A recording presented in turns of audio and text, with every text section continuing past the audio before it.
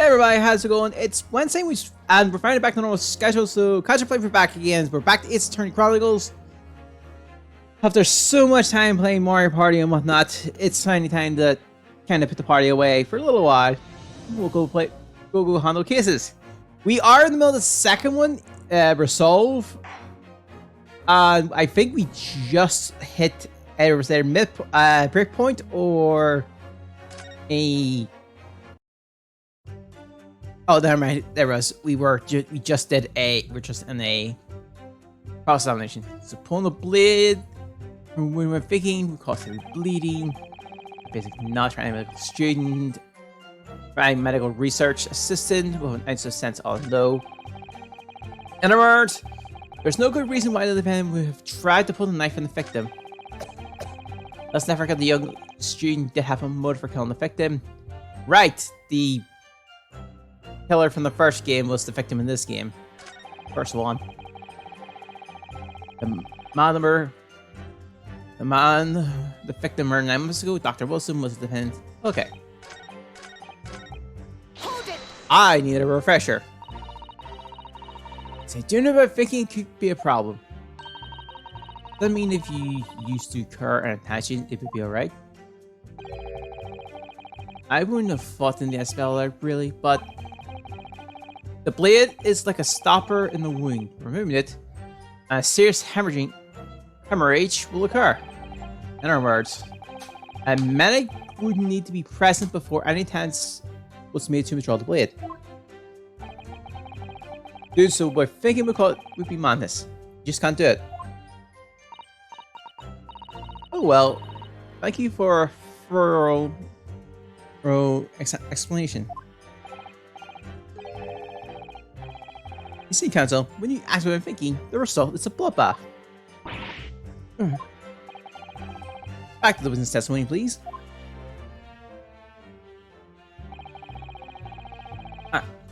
Hold it. In that case, there's an obvious explanation here, which is clearly the defendant Ray Mambani does not possess an ounce of sense. What do you think about that, Professor Mikutaba? I'm not sure that you'd be labeling your best friend as lacking in common sense.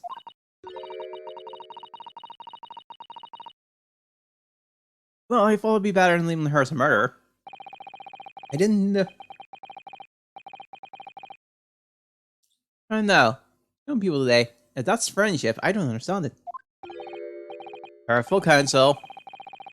A lack of common sense can be a very dangerous thing. Oh dear. That recorded me rather badly. That's life, I'm afraid. A lesson everyone must learn. Hopefully you can see now that this is really basic medical knowledge.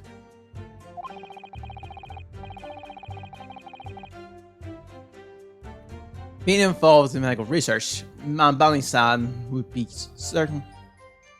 certainly happen to worth it.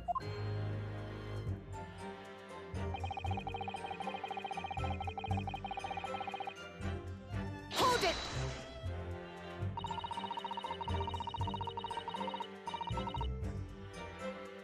Alright. But the defendant has suddenly encountered somebody seen lying on the ground, bleeding to death.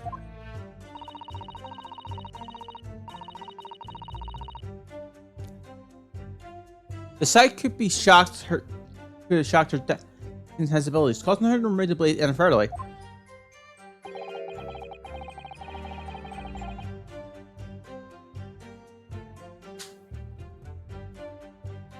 Alright. I really don't think inadvertently actions can explain this.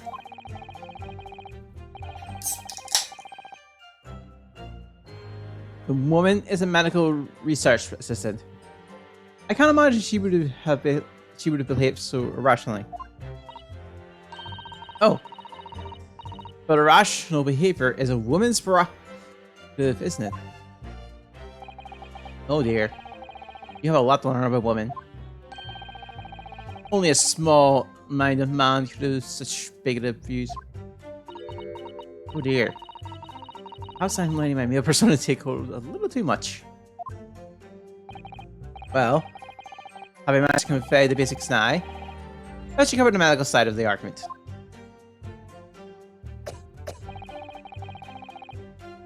Hold it. What are the motive? It just isn't Manbani-san's nature to do something so awful. That she has both motive and opportunity. That's very hard to argue against. But you're no defendant. Objection! And you, counsel, do not appear to know the law. Yes, evidence is the only way to convince the court of your arguments. No feeling, not feelings. With this leading to the defender, I would almost say I pity the accused. So do I. Inspector, you will read the letter. Would you point across the defendant about the defendant's motive, please? Yes, Miss Brett was in many ways the sworn enemy of Mane-san.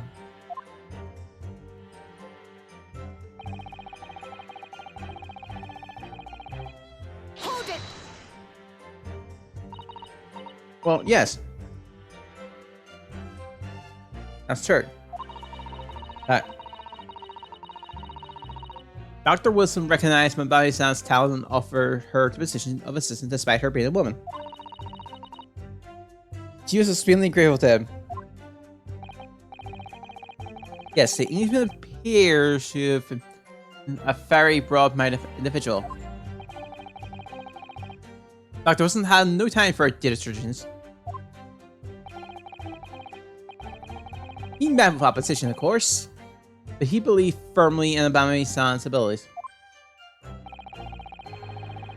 Clearly, the defendant was in the man's step, which only serves to prove my point.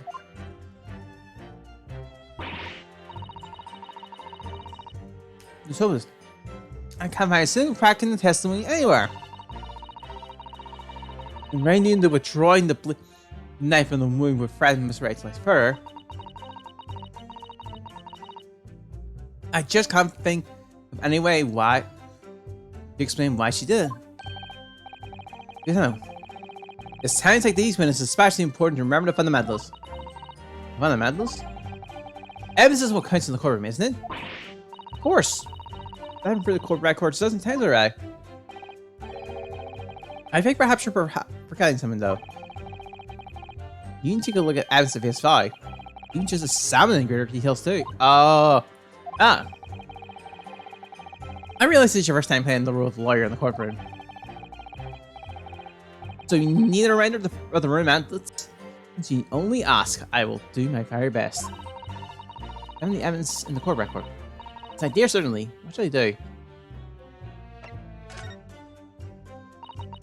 When I think about it, Hassan-san, we're always turning evidence over and over in their heads. Yes, I need to examine things in great detail. Button. I look today. I see it's coming back to you. Go for the court records again. Have a thorough look at everything. You may find a clue. Yes, I'll do it straight away.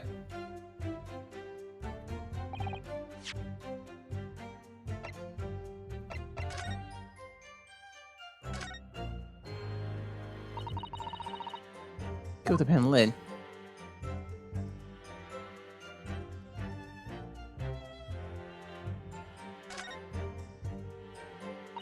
Okay, there's some sort of emblem here. Look.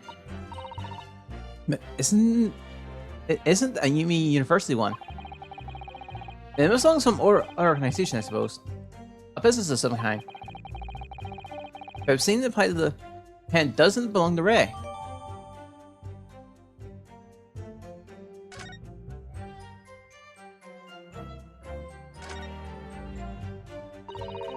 The RM initials are very clearly engraved here.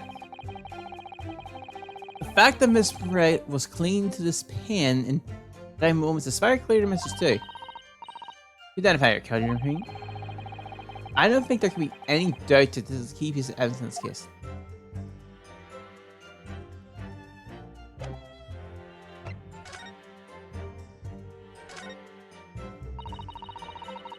British English returns tell all. It's an interview with you. Suzuki's not father, isn't the father?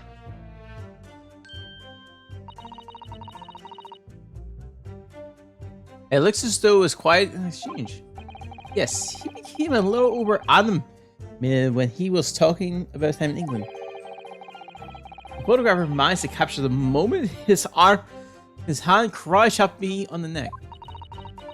I do hope you weren't hurt.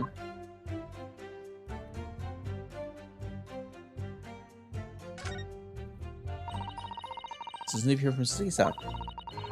There's the important article on the back page as well. Exclusive. Deadly poison stole from Yumi Medical Research Laboratory. From Yumi Medical Research. Oh, is that your lab? What the? Let me see that. The poison's been stolen? It's this morning's paper that Suzuki-san gave us. Are you saying you didn't know? That's embarrassing. As that is for the head of the laboratory, I didn't. I've not heard such thing. What on earth could this reporter have gleaned this information? I'm gonna think of it. There's no article mentions this store being in our papers this morning, was there? It's a highly toxic poisoning we've been working on in the strictest confidence. I put Ray in charge of the project. Ray? She was managing it? If what's written here is true, it means he's trying to hide that from me. Moreover, the details were leaked somehow. I don't believe it! You need to read this article very carefully.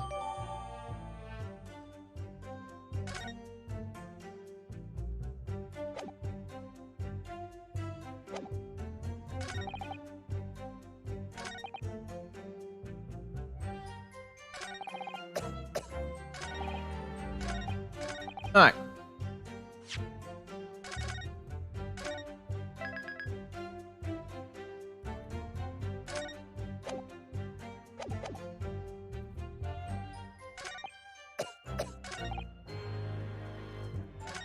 Alright.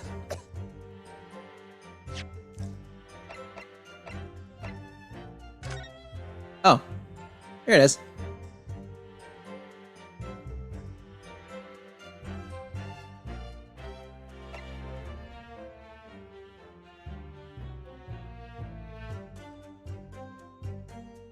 Oh.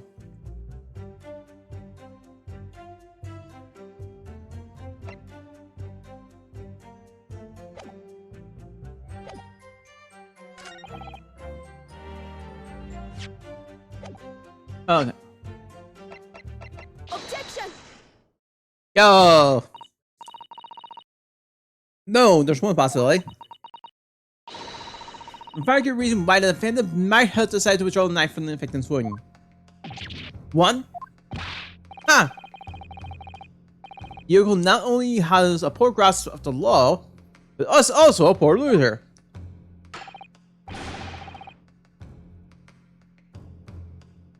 Palisand, what possibility do you think you've identified? It's here, in this newspaper article.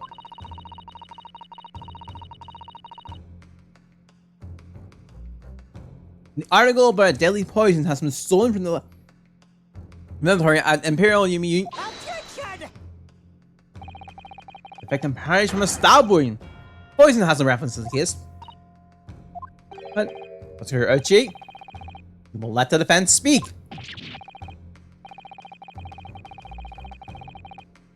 But the newspaper article, the court cannot rely on the kind of hearsay from those wretched publication carries. For defense. I ain't going to use more technical basis for your claim. You will indicate to the court precisely what part of the newspaper article mentions affirming your assertion. Your Excellency. Yes, of course. Thank you. Maybe we've never done something to further dangerous life fight cause.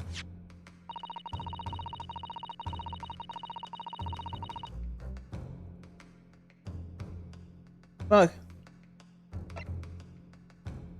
The reason why I didn't have him pull a knife I think the bodies in the article where it says the deadly and tanning qualities.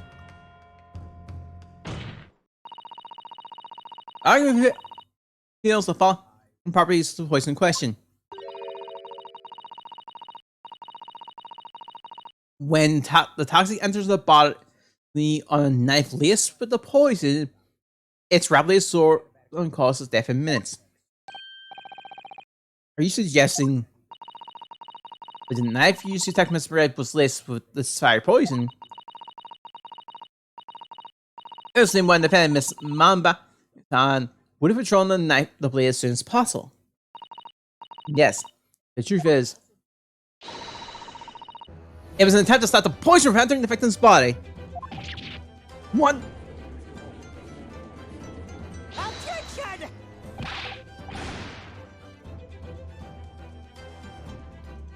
This is complete and utter nonsense. No. The defendant withdrew the blade from the victim's body not to celebrate the woman's demise, but to save her life. And the prosecution cannot deny that possibility.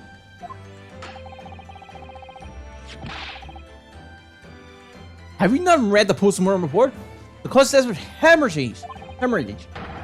The word poison appears nowhere in this document. Well, that's because acting quickly to remove the bleed, the defense prevented the poison from taking hold. Objection! Oh please, this is clearly desperation. I'm Weasel's last breaking of wind. Poison has nothing whatsoever to do with this case, as I believe the defense is well aware. We have no proof that the information of this wretched newspaper article is at all reliable in any way. In that situation, what the student would have done is wait for medical assistance to arrive. Instead, you claim she suspected poison and took the potential lethal action to remove the blade.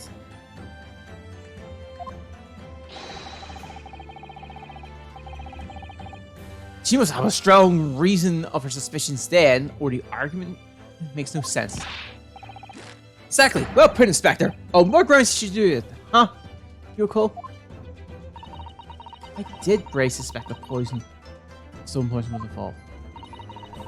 You want grounds? I'll give you grounds. What? You can't possibly. From your expression, Counsel, it appears those are not empty words. But naturally, as you stand in this courtroom as a lawyer, must be aware that words alone, empty or not, are of no value in our modern justice system. Court demands evidence. Yes, Your Excellency. I'm well aware of that. I've seen it many times. From my place at his side in the Old Bailey. In that case, Counsel, you will present the proof to the court tonight. What evidence demonstrates a clear link between the case of the and newspaper article? Take that! Why exactly with this? Oh, wrong page.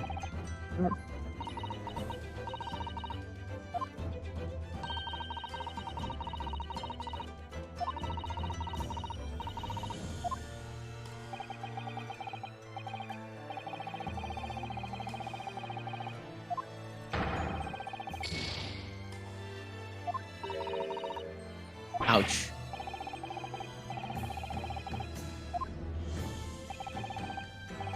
Okay.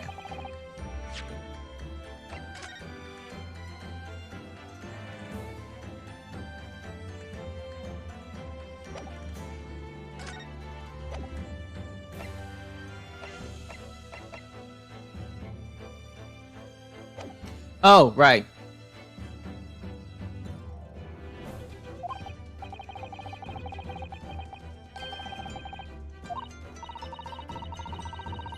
Whoops. I jumped the gun on that one.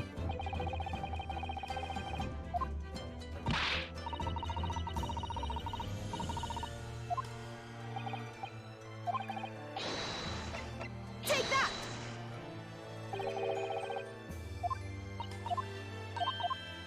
And not the paper?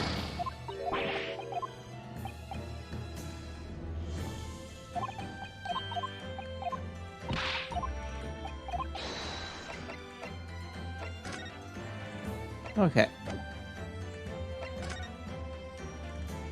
Oh crap! There is. It's in the pit. It's the picture. Take that. No. Oh, okay. Let me restart that. There's only two options. Take that.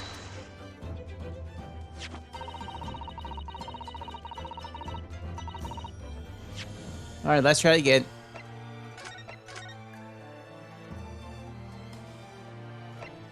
Okay.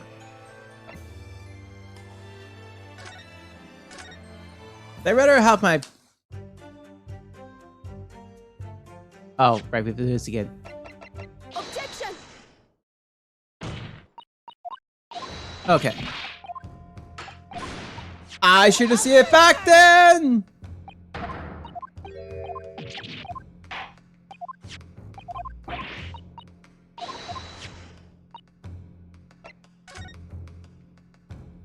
Okay. Good. What does? I want to check the notes actually in the. Not. Objection.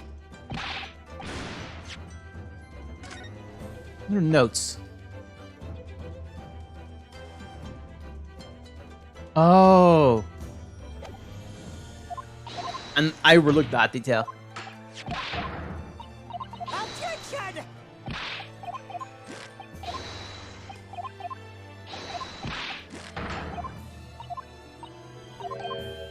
Okay. Yeah, I did not realize how far.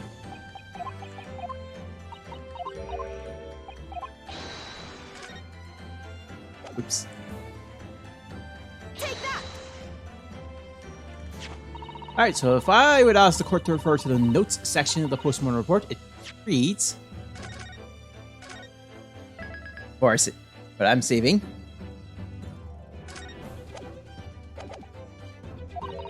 Extreme moist, pupils constricted, was observed in the victim. Ah! Clearly, being a yokel with no knowledge of forensic science, I have no idea. So please tell me. Presumably, the fact that this condition of the victim was noted in the postmortem report means that it was an unusual symptom of death. Well,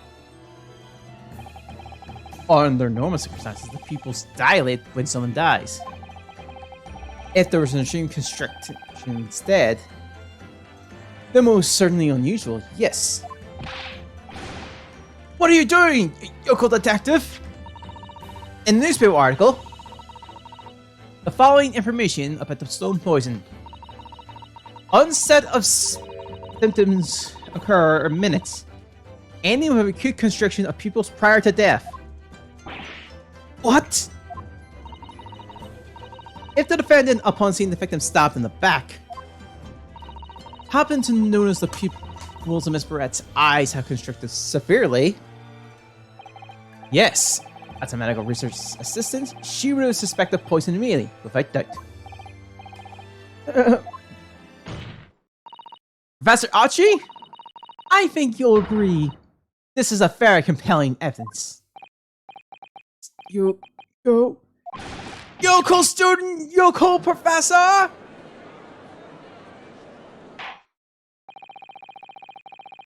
I believe the defense has expertly demonstrated an incredible reason for the defendant's actions. No. Yugen Mikutaba? Yes, Your Excellency. I believe you are best placed here to confirm or deny the veracity of the defense counsel's argument.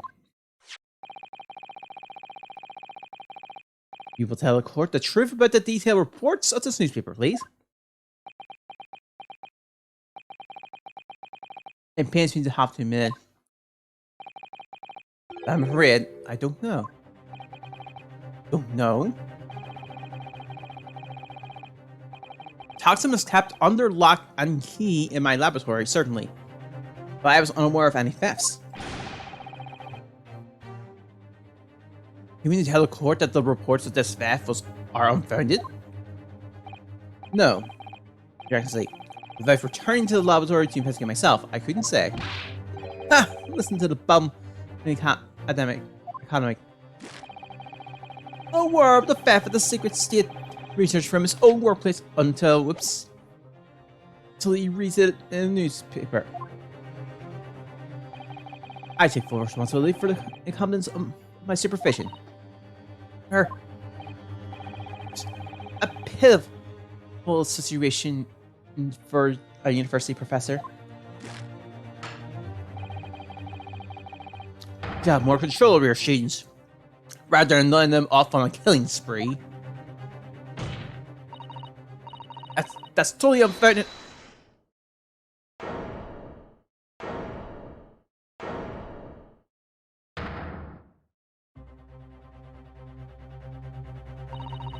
None of this is Professor Mikotaba's fault. It's all my fault. Ray. Mami-san! You stand accused here! A burst like this will not be tolerated! But it was me. I was the one who noticed the poison we were developing type of zone that day. What? So you knew? I've been in charge of overseeing the project.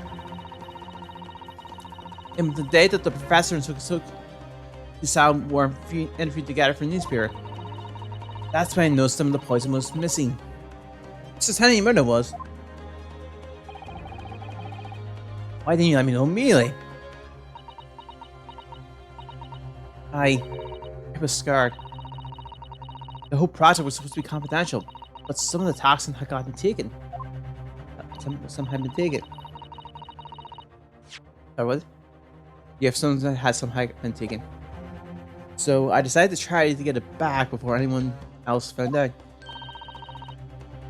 So I had a very good idea who the thief was. Thief? You know me.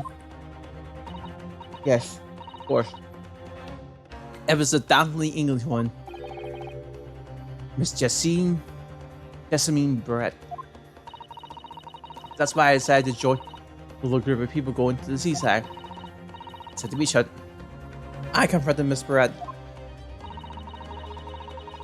She sat on a stool at the back of the hut, smiling sweetly at me as if she knew she was untouchable. And it was you who stole the poison. Well, lie. Ever do you mean?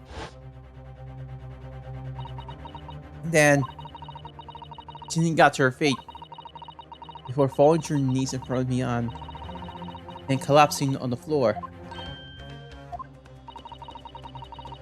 That's when I saw the knife in her back. I couldn't understand what just happened. Then, a moment later, I was seized with fear. The pupil eyes they had shrunk to tiny pinpoints. I didn't believe it. In other words, we realized the victim was suffering from the effects of the stone poison. My mind started racing. I hadn't seen anything past Miss Red's lips whilst I'd been with her. There said only one possibility for the poison to have entered her body.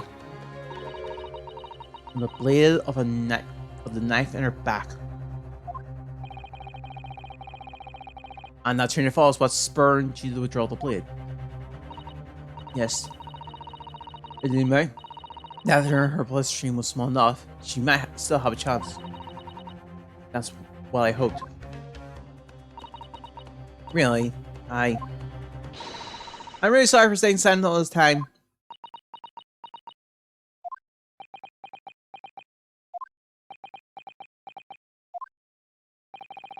You attempt to hide the truth of what happened is not something that can be overlooked.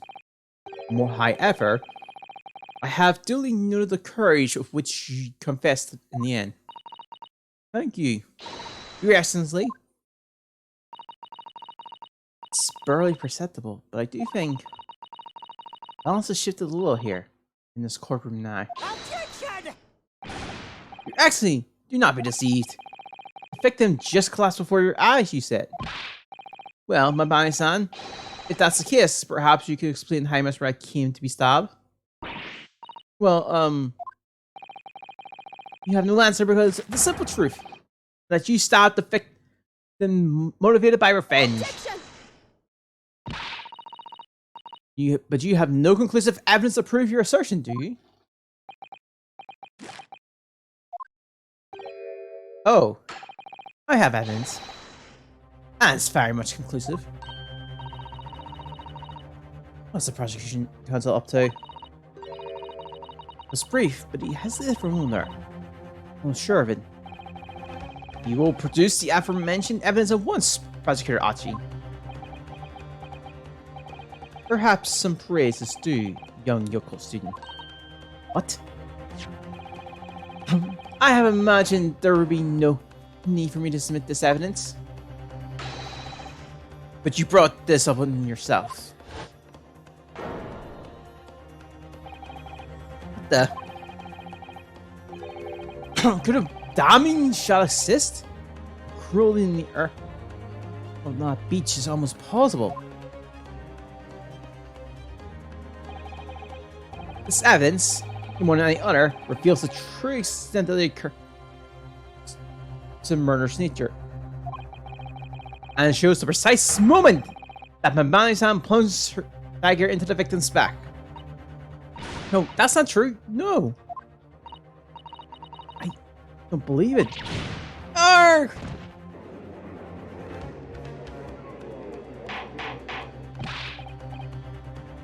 Order, order, order! Counsel of the defense. Was it you who was responsible for the shrill stream that pierced my courtroom? Perhaps his voice is yet to break. These yokels are slow of mind and slow to mature.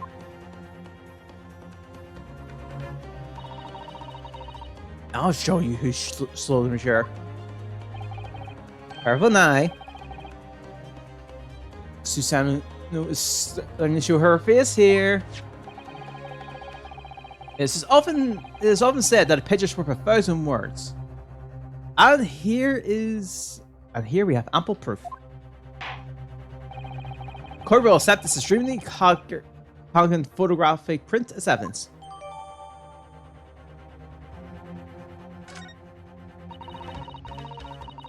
I can't believe we have a photograph like that up his sleeves the entire time. It's such a stark image. Internally lost for words. Wait a minute, I don't understand. How did you, who took that photograph? Right. Objection!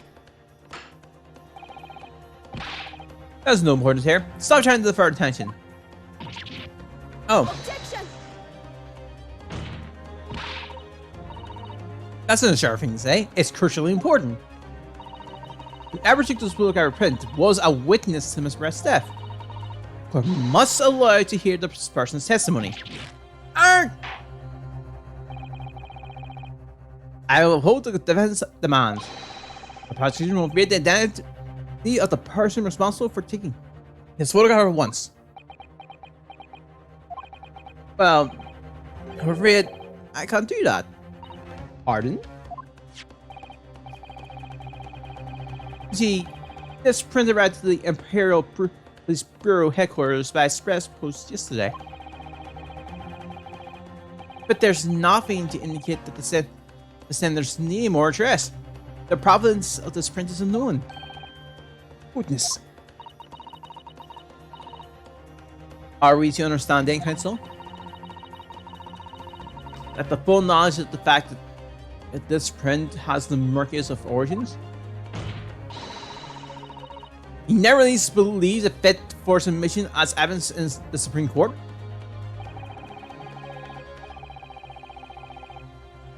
When you produced the print before, I noticed that you hesitated for a brief moment.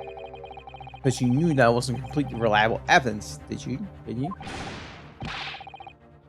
that a judicial student and battling professor? The matter is the blatant truth that this print is equally expressed.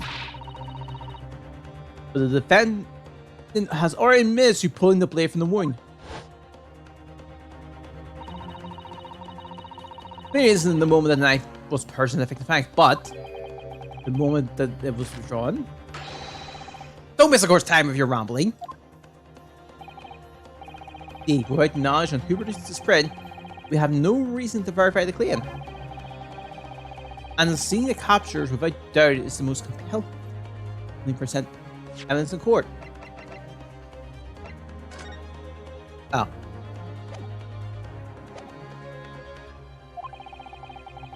If the defense is unable to shed any further light on the matter, I believe the conclusion is clear. Oh no. Hello. This is time for you to fight.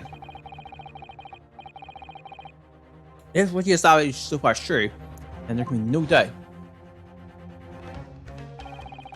Just whenever I shoot someone that would drew the blade from the victim. You just need to prove it somehow. You have plenty of time to rouge your defeat on a slow train back to the province.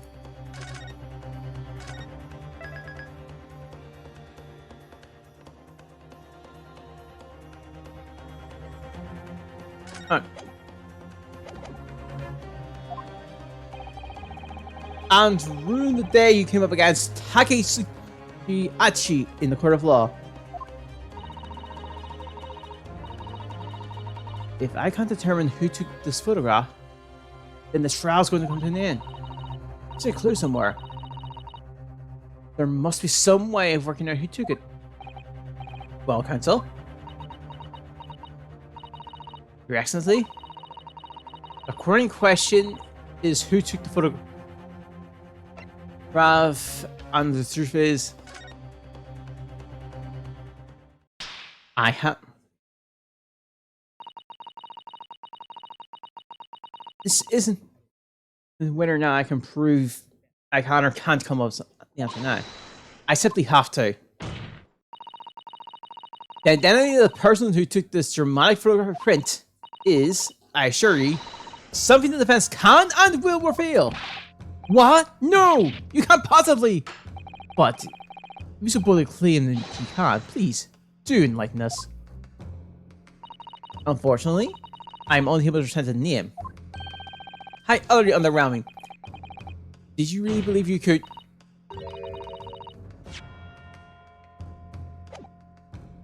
However, I am able to present evidence. The defense has a piece of evidence that reveals important details up at the photographic identity. The photographer's identity. What? Very well then, counsel. Present your proof to the court. Which piece of evidence do you claim to reveal the identity of this mysterious photographer? Well, we can see it here.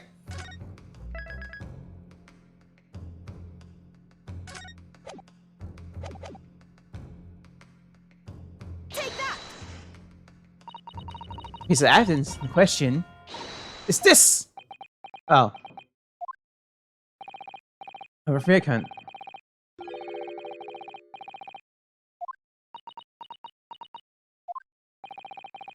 Okay.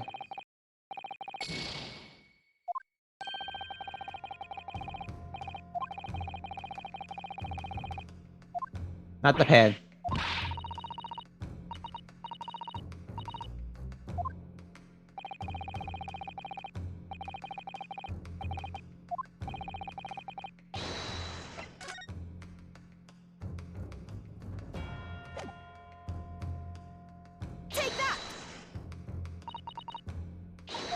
Oh.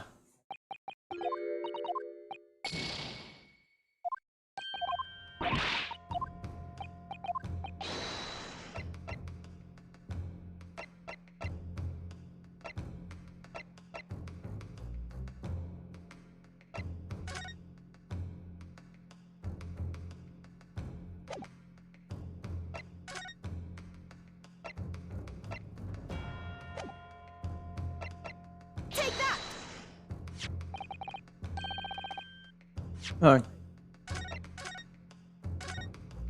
Okay. Take that.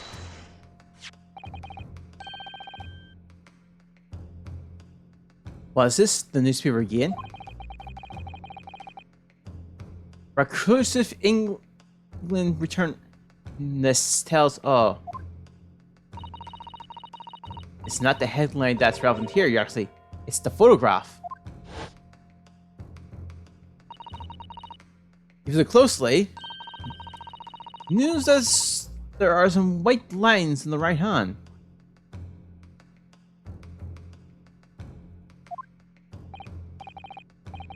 Yes, indeed. That may have caught my eye as it happens. Oh, what is it? A shell of some kind, perhaps, presumably? From the branch of a tree or the likes? There are no trees growing inside my laboratory at the university, I can assure you. Nah. If you look closely at this photograph...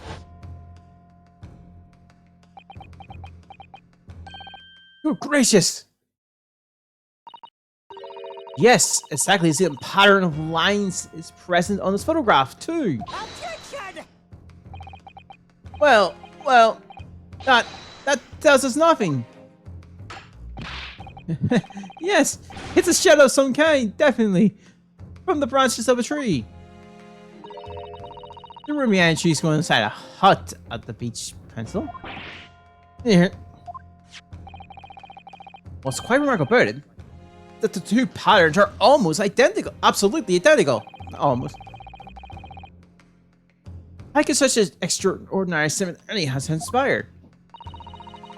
The curious matching pattern that appears on both photograph prints is the result of...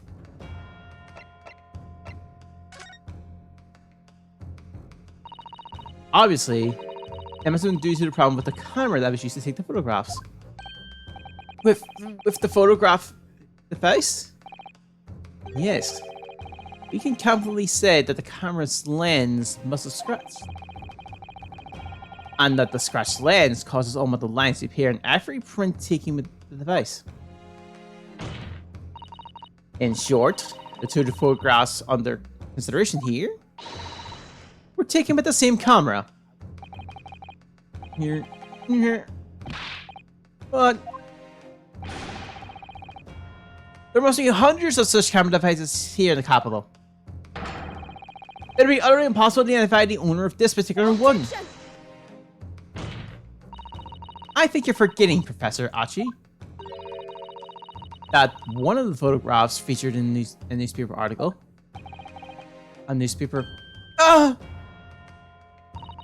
That's right.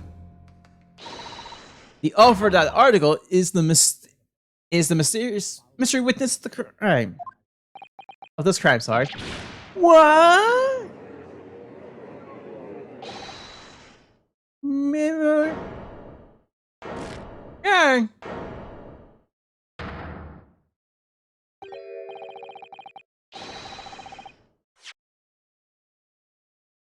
Many more.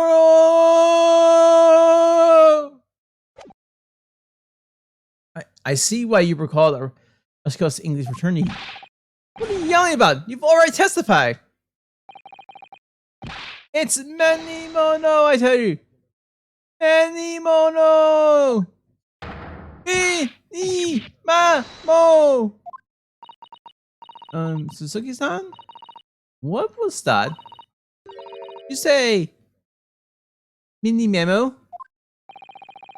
Ever since I returned to Japan, a reporter from the show news has been hounding me, following my every move. A reporter by the name of Raiten Ninimano. Yes, hounding me from dusk till dawn. Ah. Now that he mentions it. This is why Snapchat scrolling stories, scurry in my privacy. Yo, there's something on his hand. That same reporter be a camera to the left of him, a notebook to the right.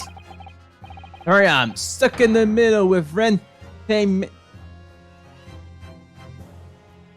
Mono. Wait, hold on, is that? Camera to the left of him, notebook to the right. There I am, stuck in the middle with him. That was horribly set up. So you're saying that This picture was taken by... Meeny Metmo. Yes, my lord, your excellency. Exquisite. Officer, find the newspaper reporter who wants to bring him to my coat room. He was adjourned for a short recess in the meantime. Oh, yes, your excellency. As you say, your excellency. And one more thing. I want this knife, the murder weapon, examined for traces of poison. We'll salute with the assistance of the Imperial University Medical Department for the task. Understood? Understood, your excellency. Meh. Anymore, no!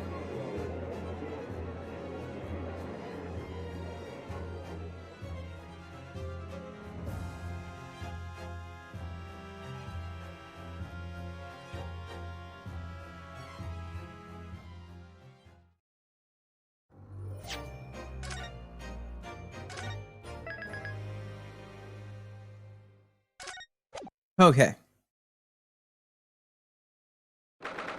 13th of August, 10:41 a.m.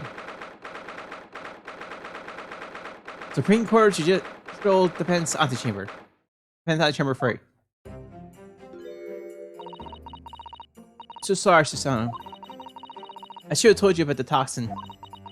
Ray. You have a strong sense of responsibility, I know. That's why I decided to shoulder the burden alone. No, that's not at all.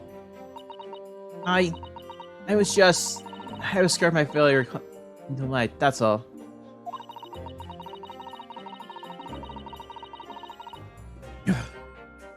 So I hope to retrieve the substance from the Englishman before anyone finds out.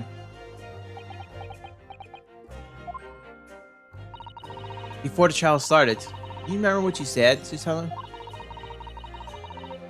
That you had no doubt in your mind about my innocence? That you'll stand to me to the last? I remember. And yet I didn't deserve your trust in me. I hid important details from you, Susano. I completely betrayed your faith in me.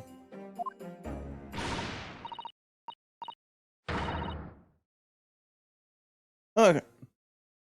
Hit me, Susano, I deserve it. No, in fact, throw me to the floor. No, that's good for yourself. Drag me from the streets. I'm no better than you know. Oh. Even though in my heart, I noticed you pull the knife from the blade of Miss Barrett's back. There was just a brief moment when, in my mind, I doubted you.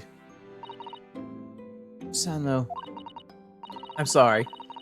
After I stood here and promised you that I stand by you and always be on your side, I betrayed your faith in me too. And as such, I failed you as a lawyer. Oh no.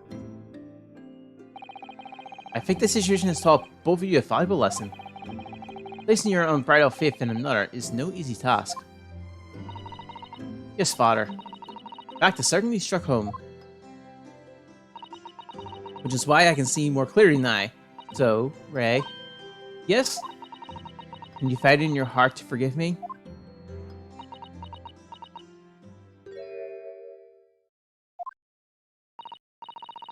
Oh, Susanna. You know that you'll always be a gallant, dashing lawyer in my eyes now. Oh, Ray.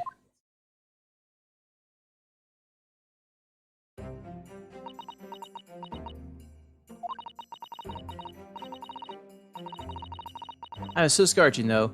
When that happened, I didn't know what was going on. The Englishwoman was sitting in the back of the hut. Listen to what I was saying. I know it was you who stole the poison. Well, now, whatever do you mean? And then, a moment later, she suddenly got to her feet. Before collapsing on the floor in front of me. A knife in her back. It all happened right before my eyes. And we were the only people in the hut at the time. That's right.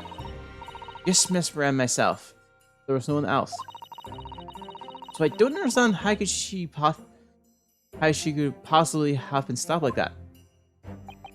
A great mystery indeed. I still can't believe it happened. That's why I could have to speak up. It'll be alright. However it happened, I never really went back on by to see today. I promise you, I'm gonna prove everything you saw is true. You said you saw is true. Spoken like a true Mikotaba. Now, I think we should discuss what's coming up in the trial, don't you? We don't have much time. We must make sure we have our facts in order. Yes, I expect the poison is going to come under close scrutiny in the upcoming proceedings. The police should hopefully have identified it on the blade by now. Trouble is, it's a completely new laboratory synthesis blend of alkaloids. The police won't have any way to test. Oh, I see. Yes. But this chemical regimen is impossible to detect the toxin. Chemical regimen? I sent a colleague of mine off with some earth to deliver to the police headquarters. I think perhaps you should have some as well. Though, just in case. Okay.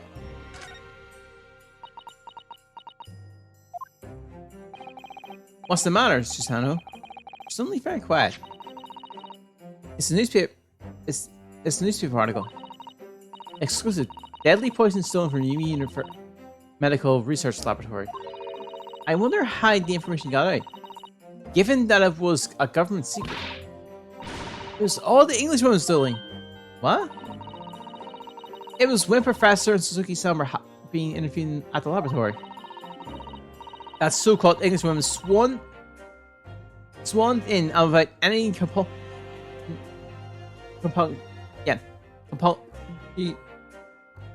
to set Professor Mikawa. Oh, Professor, surely your guests would love to hear about your work on that substance there.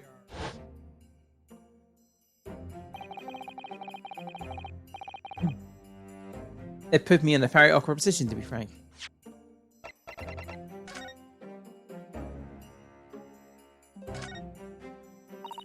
Alright. Sure. Okay.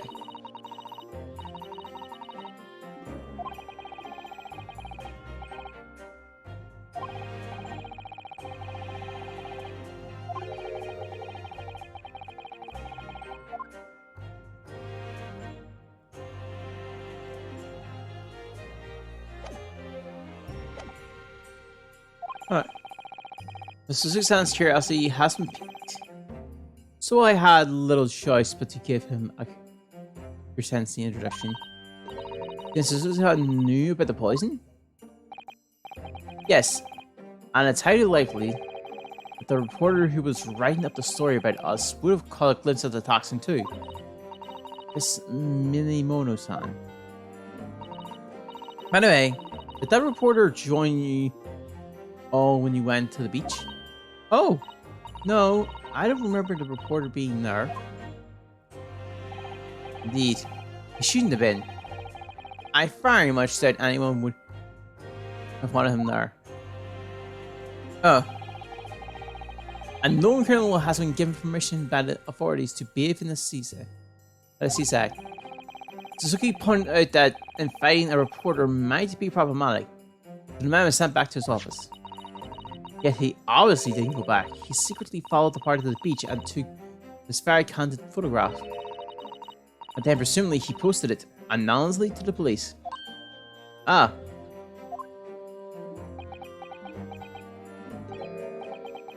Yes. That must be what happened. Pencil? We just heard that the new witness is now ready to testify. Trial's about to resume. Please proceed to the courtroom once. It's time to steer his house once again, Dad. Defense attorney? Ryutaro Naruhodo? Yes. Ray put her faith in me now and told me everything. So I can't let her down. I have to prove that what she's telling her is true. I had to prove what really happened that day.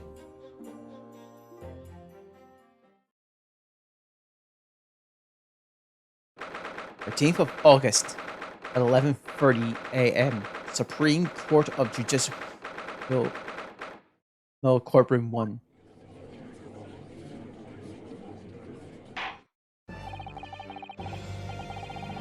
Hereby call this court to order as we reconvene to continue the trial of Ray Manbane. Prosecutor Aji, have you summoned a new witness? Before I address that question, Your Excellency, I have some very important news to share. Oh? What news? And why do they so happy about it? During the recess, with the collaboration of Professor Mitaba's laboratory at Yumi University, the police re-examined this knife that was used to end Mr. Yassine Barrett's life. Excellent. I admire your rapid handling of the matter. Oh, too kind, Your Excellency. Too kind. I was merely carrying out your instructions, of course. I had the delivered to police headquarters by rickshaw, so we would get there in good time. But judging by that man's swagger, I fear you might need to brace yourself for the inevitable. And counsel, what were the results?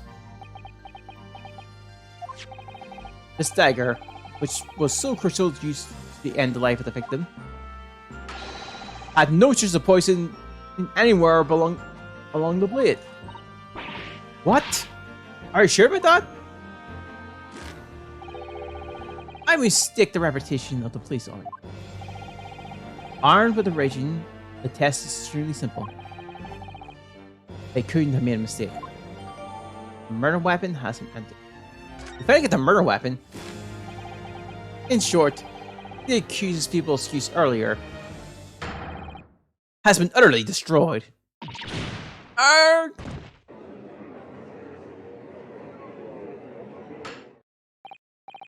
Now the prosecution ready to call a new witness. Let's check the blade.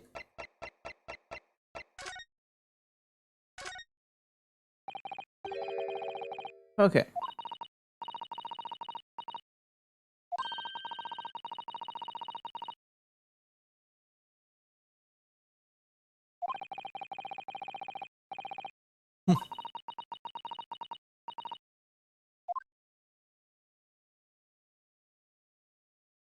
Yep.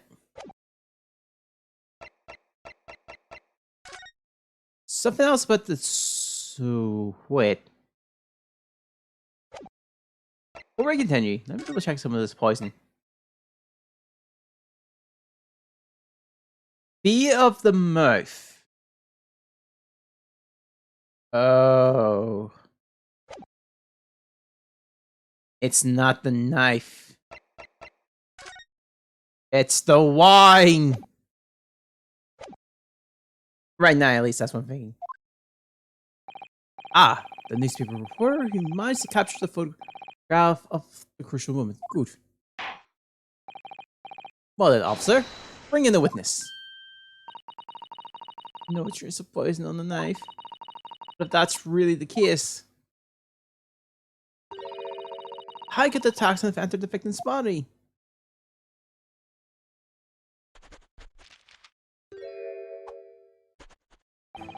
Witness, please state your name and occupation for the court.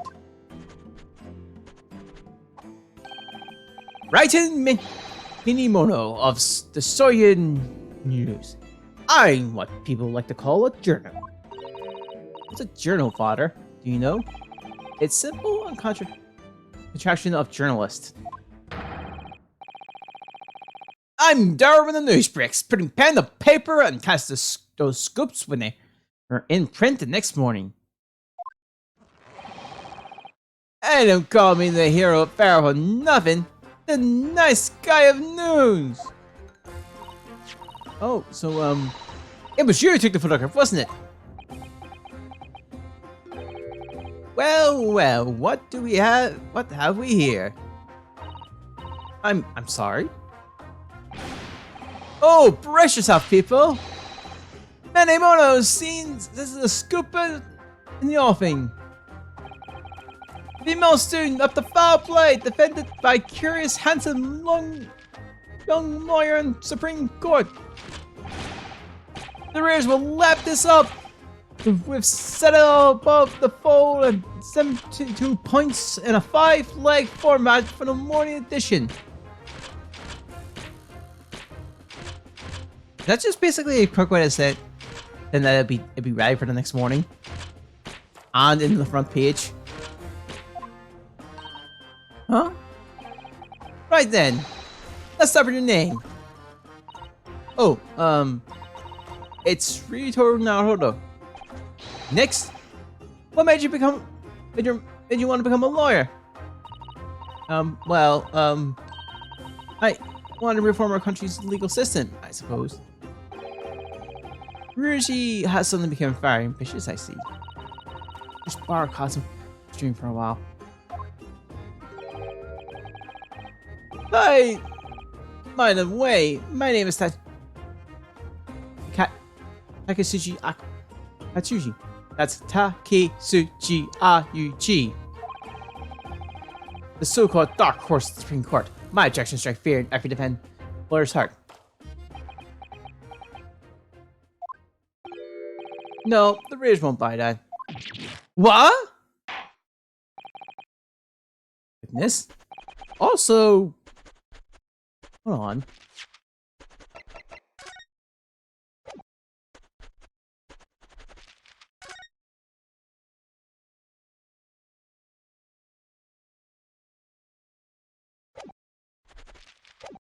He did it. The armband's the same thing on the pen. Insignia. Yes. Well, this court demands to know is whether or not you were responsible for taking this picture.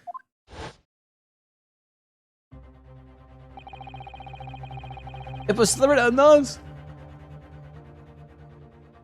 Delivered anonymously to the Imperial Police Bureau only yesterday.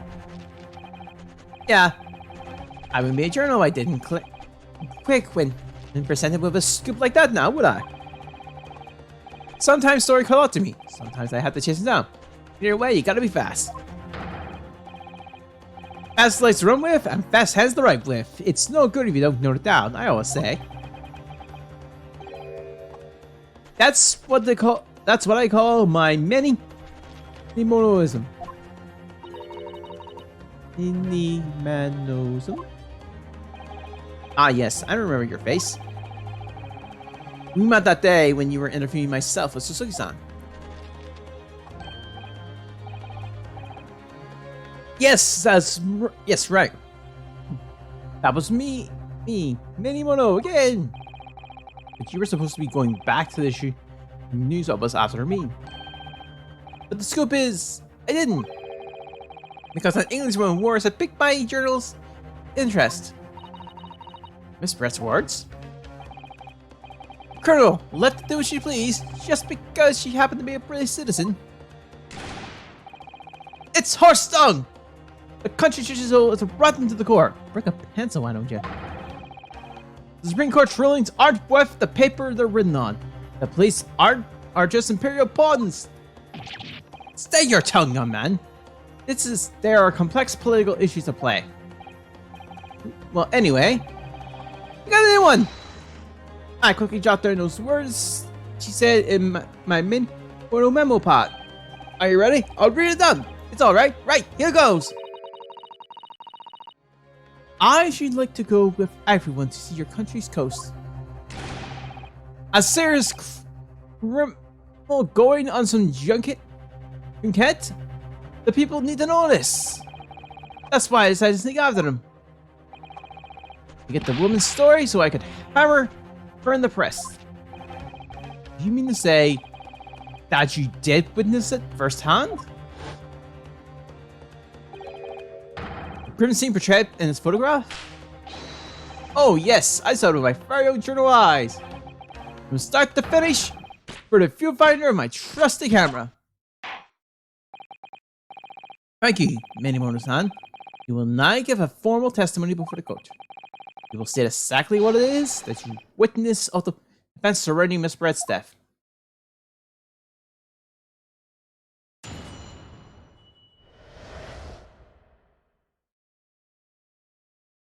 Becoming nice.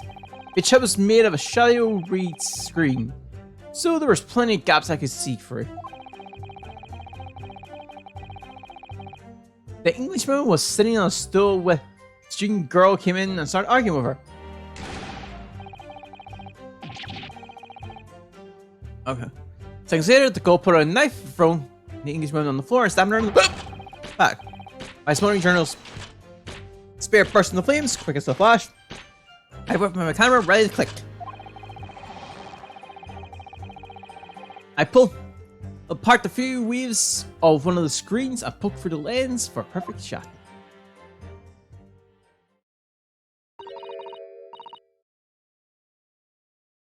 Read screens, you say?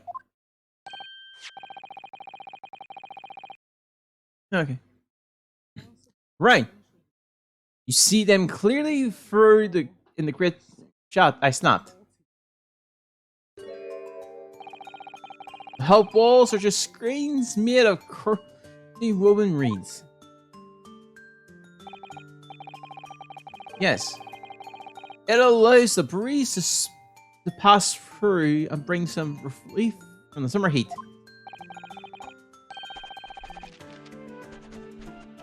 And it was a breeze for me to put my camera through and see the whole thing holding up.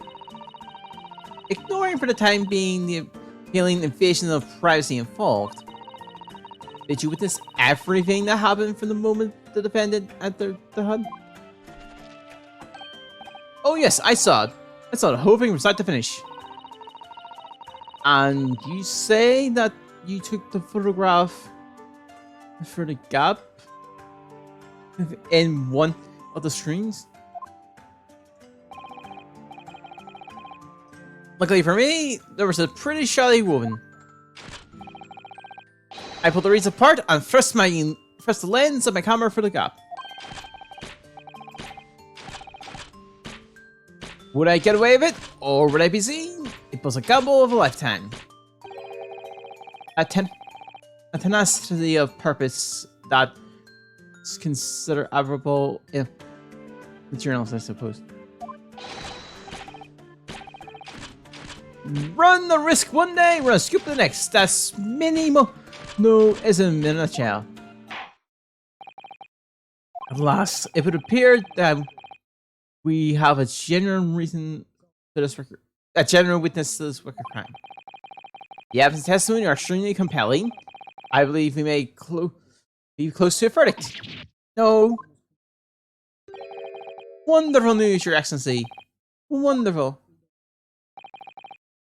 Nevertheless, it cannot be denied that this testimony begs on one large question. Very large question. What question? Exclusive news, a startling photograph, all the makings of an exceptional story for the reporter. Why then was the story never published? Oh, that's right.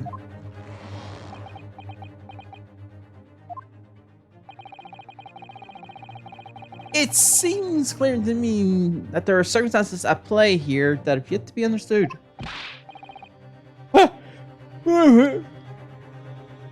More pathetic excuses. Very well then, Counsel. Proceed with your cross-examination. Yes, Your Excellency. There's more to this reporter than meets the eye. He's keeping something about this case very close to his chest.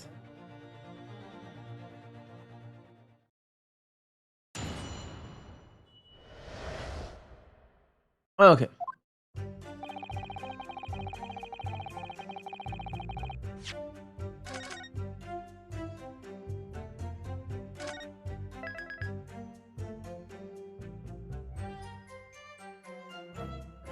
Here we go. Hold it. Okay. What made you want to see what was happening inside the beach out of in the tank in the first place? Call it journal instinct. Can you think of a better reason?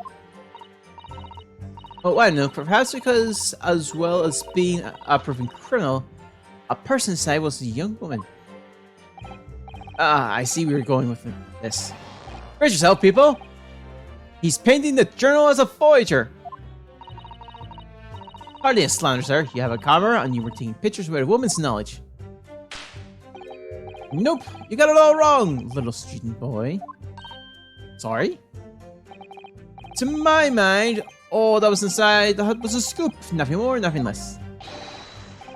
Scoops have no gender. Man or woman's own news. That's not even minimalism. It's basic journalism. Only the courtroom was an discrimination. It's indiscriminate. Right. So, if that's all buttoned up, can we move on? Fellow court and witness. What sight befell your eyes when you looked inside the hut? A sight that vindicated my journal instinct, that's what. When I pulled back the rays, I could see as clear as day.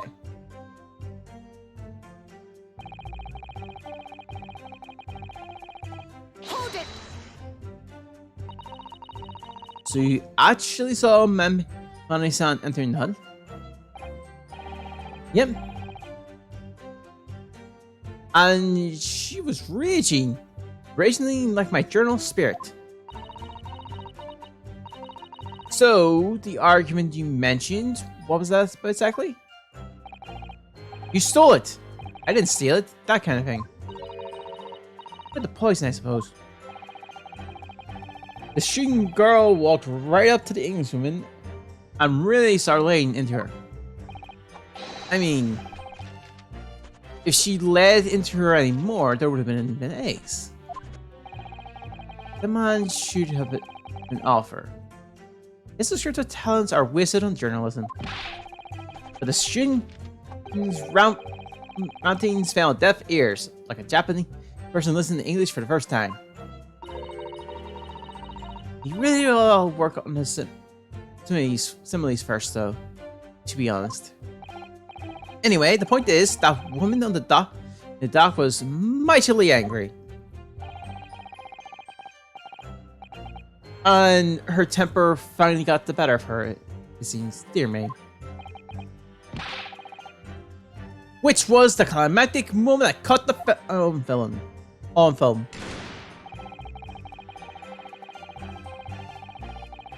Hold it! Oh. And she lost.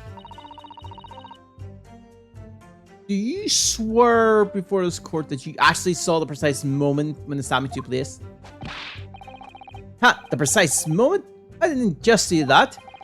I saw the whole hellish scene play out, from start to finish. I have here a simple plan of the beach hut. Perhaps you guys explain to the court exactly what you witnessed.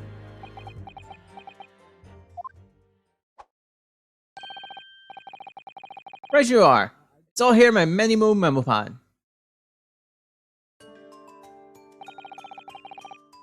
When I first appeared into the hut, I'm sure that the English woman was on the stool on the back of the hut there. Yes, the accused's own testimony confirmed that. She just sat in the back of the hut, smiling sweetly. That's what I've noted down. It's my turn to testify now. Try not to interrupt. Then the next moment, I was watching. The evil shooting girl entered the hut. After a while, the pair ended in the middle of the hut, arguing frantically. Englishman went for the shooting, but the girl dodged out of the way. And in a flash, plunged the knife into their adversary, back at the as the two pressed in past each other.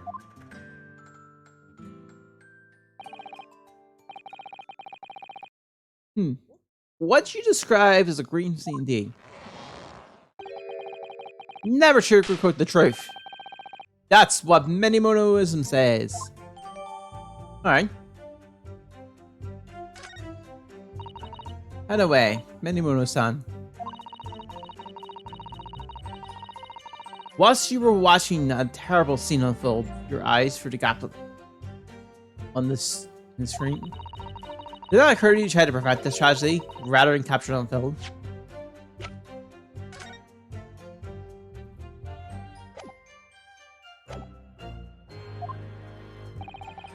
Journals have to be observers. We cannot get involved. That's a resident did it. Didn't come first with Miss Brad at all. Obviously not. A server always remains on the outside looking in. And that's something to be proud of, is it? Your Excellency, if I may. Yes, Professor. I think that with his last expression of faith statement should perhaps be added to his formal testimony. Where are you? I will grant the defense request. Minimomo-san, you will supplement your formal testimony with the aforementioned statement. Well, nihilism is the foundation of minimalism. But gladly proof that my words aren't meaningless.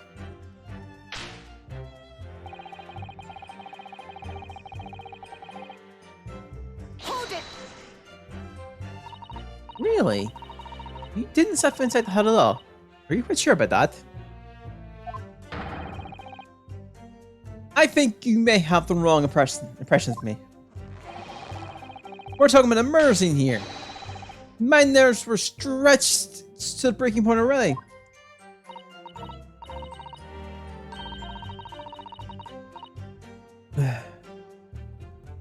Oh, I see. You were scared. Maybe I have the wrong impression of you, yes? It was all I could do to sniffle or scream to hold my hand, sad enough to snap the shut. You really should have summoned help before thinking of your camera. Menimonism and humanism don't always agree. And most of the time, there are instances Menimonism comes on top. As a sculptor of stories, sometimes I have to be cruel for my art. Yes, that's spot on. Surely he's making all this up. He claims he has spied on the whole affair from start to finish. If true, his testimony is devastating. But it does seem as though he's holding something back, doesn't it? That's how I feel. I suggest you trust your instincts and press him on everything he said. As you no doubt have done so many times before in your role as judicial assistant. Yes, I have. I've seen instances like this pressed often. I know exactly what to do.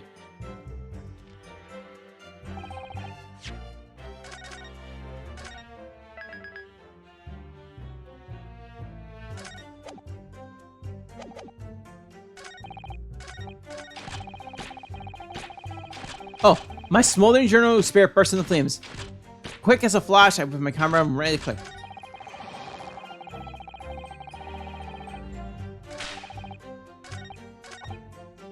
Then I skipped 2 statements.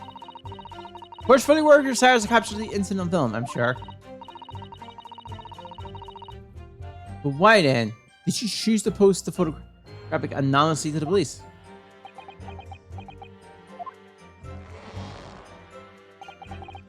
I'm afraid I don't understand the word that's coming out of your mouth.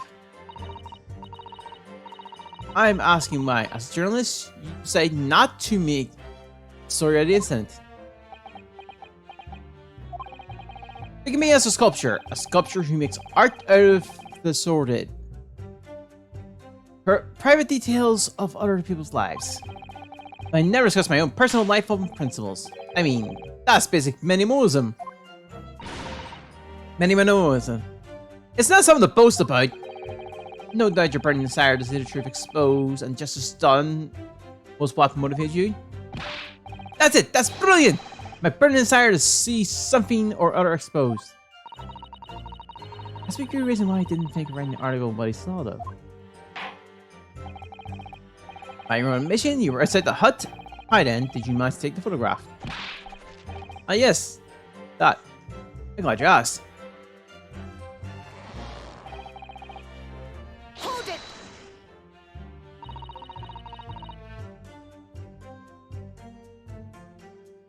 Okay, but the two women inside didn't notice. Ha, obviously not. If they had, why would I be here at night? In jail, that's where. Which you think would make you reflect on what you were doing? No, I turn on stabs to collect little snippets of life as unobtrusively as possible. Leave nothing but footprints, but nothing but take nothing but photos. Yes, that's spot on. Did he just make that up? The point is, the witness risks life and limb to obtain this photograph. That seems to be the case. Yeah, so on this photograph reveals the whole truth, and there's nothing more to be said. Erg. Also, hope you're having a good day. I'm thinking I've already pressing this one because this statement came immediately went to that.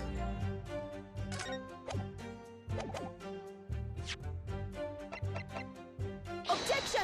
But the pen, finally, the pen's an actual thing. I tried to present it earlier a few times and it was wrong. Many Mono-san until now have a firm belief that newspapers are in the business of uncovering and pursuing the truth. You're spot on there. Press don't lie, which is why I'm proud the word is set. Emma will show you news on my arm. In a way, that's more Minimonism. Sadly though, it seems that journalists who write for these papers don't always share the same passion for the truth. What are you suggesting about the recriminality words, pencil? Minimono-san, you recognize this fountain pen? Erg! This pen was found at the scene of Miss Red's death. In fact, the murder victim was grasping in her hand as she died. What are you... If you look at the barrel of the pen, you notice that the owner's initials are engraved there. R.M. Yes, thanks for bringing it up, Counsel. The initials of the crew's Ray Mambani. Is it a coincidence, I wonder? That your initials are also RM? No. Writing Manimono. RM. That's horse dung! As you see, one of the central tenets of Minimonism is being a pencil user. And yet, they're clear. Yeah, it's clearly able to see on your right hand. There's an obvious blue ink stain. If it appeared you must have rather carelessly left it somewhere recently. Your favorite fountain pen, that is. Horsey horse tongue. Minimono-san? This is not the case before she died.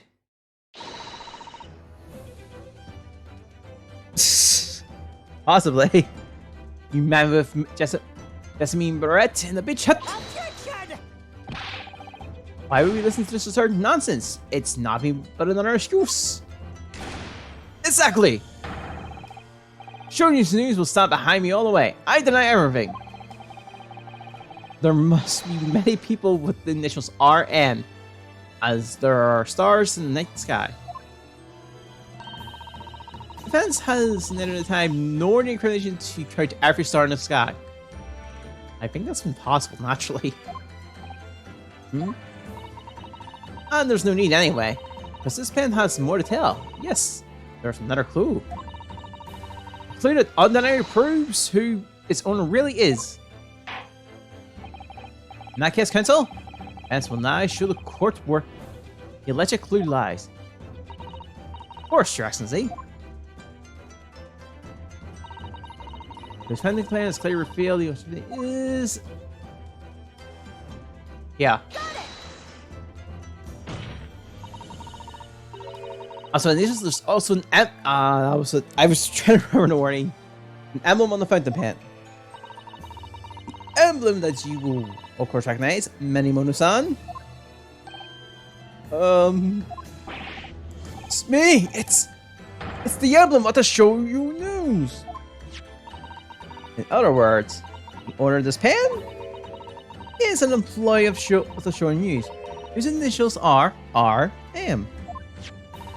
Suddenly, the stars in the night sky don't seem so numerous, do they? Well, Menimono-san, how do you respond?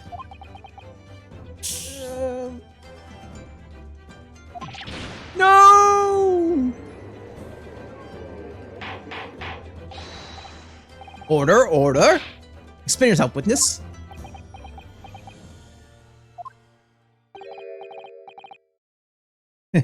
Oh. So this is how the mighty Supreme Court works, is it? Using coercive tactics to have well-meaning civilians reveal harmless secrets.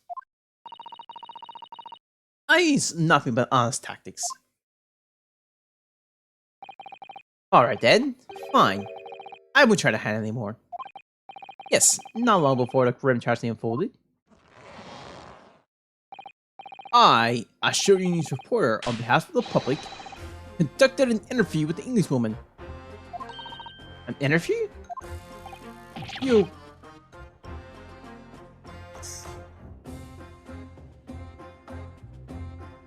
I'm not gonna say anything regarding that one. Never mentioned this before. Although if that's the case, then...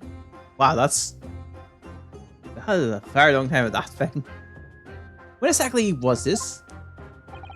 As I said, it was before that evil shooting girl showed up in the hut. Showed her face in the hut. I couldn't have lasted more than 2 or 3 minutes at all. It was a brief exchange. But it came to nothing. And as we Menimono say, people don't pay their dues for unworthy news. However insignificant you deem to be, this court cannot overlook the meeting between yourself and the victim. You and I testify now under oath about the precise nature of this meeting and what transpired. Got it. Yes. All right. But on one condition. Condition? No good science. I couldn't speak out alone about it. You need to call back the earlier witnesses, Suzuki Nasumi-san. Oh, we're doing this again. Suzuki-san?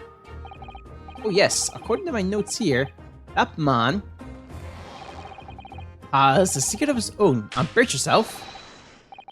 Because it's not a harmless one, it's big. What?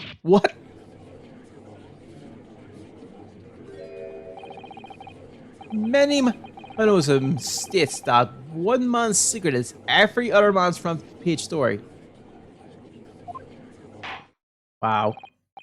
Very well, I will grant the witness request in this instance. Officer, summon the early witnesses back to the early witness back to San. Adding something?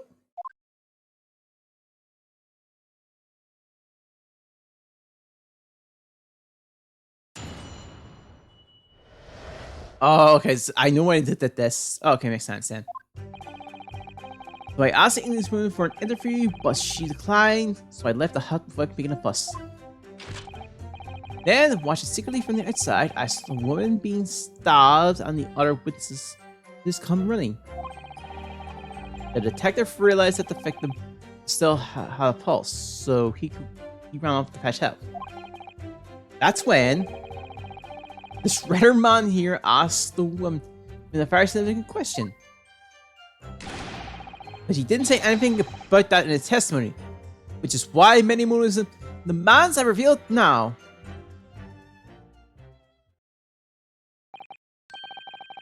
You mean to say that the victim regained consciousness? Ah, well,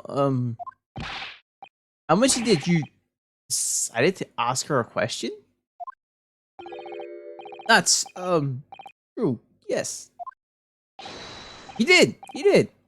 And that's not all. The woman gave him a very definitive answer. An answer that incriminates the accused. I just love how Suki-san still kind of looks back there. This is preposterous. Why won't we hear about this now? Why didn't you mention this before? You call hack?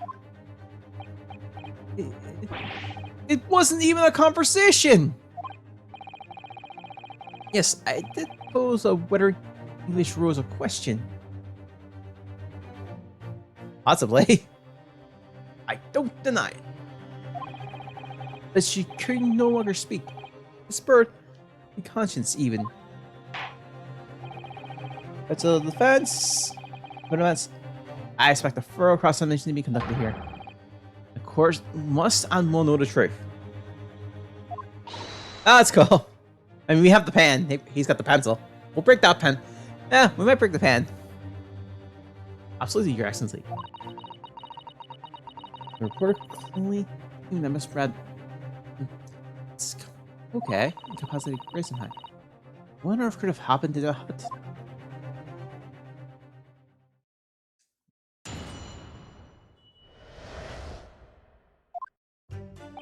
Okay, normal speed.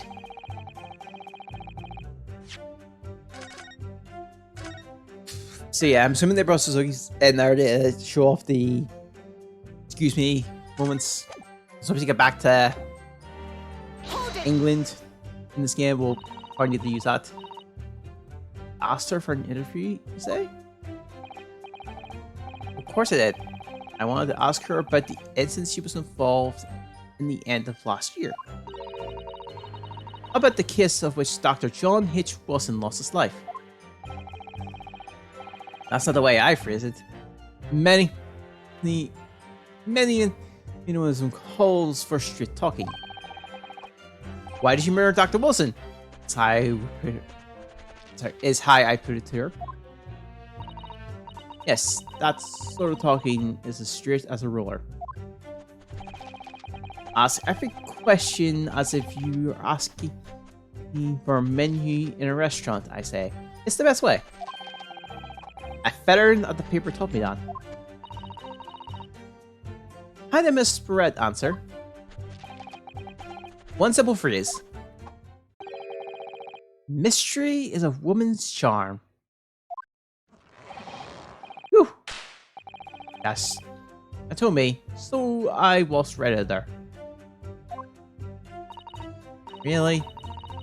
Something about that doesn't quite seem to fit together. Leave every room as if you're waltzing in a dance hall, I say. It's the best way. Okay, now I'm pretty convinced he's just making this up as he goes along. I don't know if the paper told me that.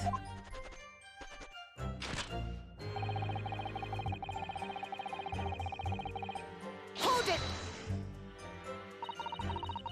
That was very precise. Yeah, persistent of you, sorry. Considering that Miss Brett had just turned you away. Persistence wins the prize! I don't even many one of them will tell you that. Let them think you've left, and then when they lower their guard, that's when you swoop in for a scoop. Or the scoop, sorry. And the fruits of your labor was all too apparent in this telling photograph. Though I'm sure the young Yoko student would rather not be reminded of this damning evidence. Actually, it's thanks to that photograph that we managed to identify this witness. And now that you found me, I'll tell you what you want to know. I've got nothing to hide. I'm sure. Please do go ahead, witness. Of course, eager to hear what you have to say. Try to stop me. There's a story to tell here, and I'm going to tell it.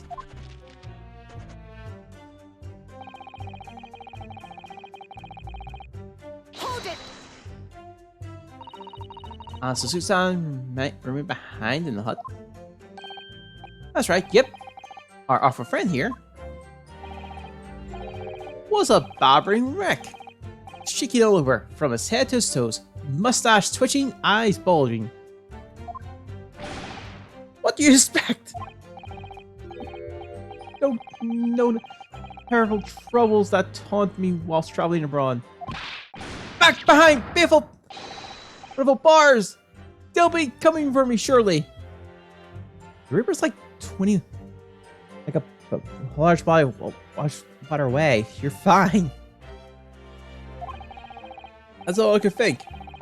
I felt as though I was gasping for air, drowning in a sea of cold sweat. Poor Suzanne. His experience in London has scarred him deeply. Sorry. That scarred him. As the world seems to close in around me, I quietly recited a prayer to Almighty Buddha. Eternal emptiness, empty, eternally. The end is coming for me, surely. No sutras are to resound in my courtroom, please. And now, we come to the crucial part. That's when it happened. That's when Hold it! What question? What exactly did he say? One night. Did you hear from the horse's mouth, I think? Don't you, Mr. Riderman? Arrgh! Over with you, you go hack. What did you say to her? What did you say to the dying Englishwoman? Well, in truth, I've been catching crowds at the water's edge and building castles in the sand, you see? Well, the seaside is a good place to be at leisure, I suppose, even for a grown man. Then all of a sudden, from that little beach hut, a young girl panic-stricken cries from how pierced the air. Hooray. I ran up to the beach to see what happened, to find the fit leaning over a collapsed victim. Sorry, the collapsed victim. Yeah, that classic. As soon as Inspector Hotonaka saw Miss Brent on the ground, he sprinted off to get help. Ned, just a moment later, I heard a fifth moan. A moan from the dead Englishwoman. I nearly jumped out of my skin! What did you ask her, Suzuki-san? I asked her, who did this to you? Don't push this any longer. How did the woman respond? You didn't. She said nothing in response. But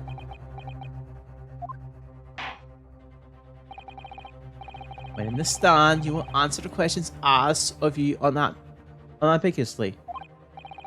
Now, without evasion or trance, I demand that you amend your testimony. I will! Hazard, who did she? Replied. Hold it! You tried to find out who the culprit was. He who asks a question is a fool for a minute. He who does not remain a fool whatsoever. And having been labeled a criminal twice during my time in Great Britain, I was quick to make up my mind. Twice? I only remembered it once. Better to be a fool for a minute than remain a fool in prison forever. Oh, that makes sense. However, he indicated that the victim failed to respond, is that correct? I know why. I know why the Englishwoman said nothing. She was ignoring me! Because of my stupid mustache, because I'm Japanese. It's what the game says, not me. Oh dear. Suzuki-san has really developed a dislike for the English, it seems. Poor guy. I read the report of his time in Great Britain. I can't say I'm surprised at his xenophobia. But the Englishwoman didn't ignore you at all, did she, Mr. Riderman? Huh? Well, yes. Alright, she did respond in a manner of speaking, I suppose.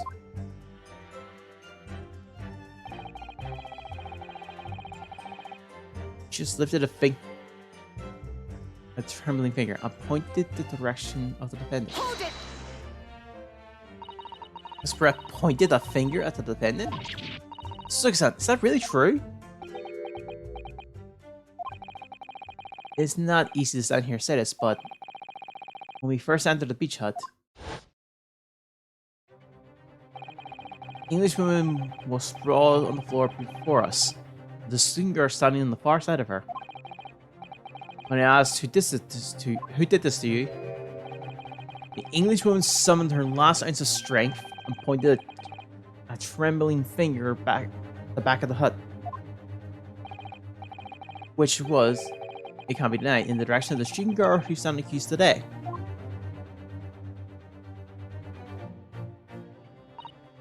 No. Suzuki-san, why did you neglect to mention this in your original testimony? But, fiddlesticks, I say.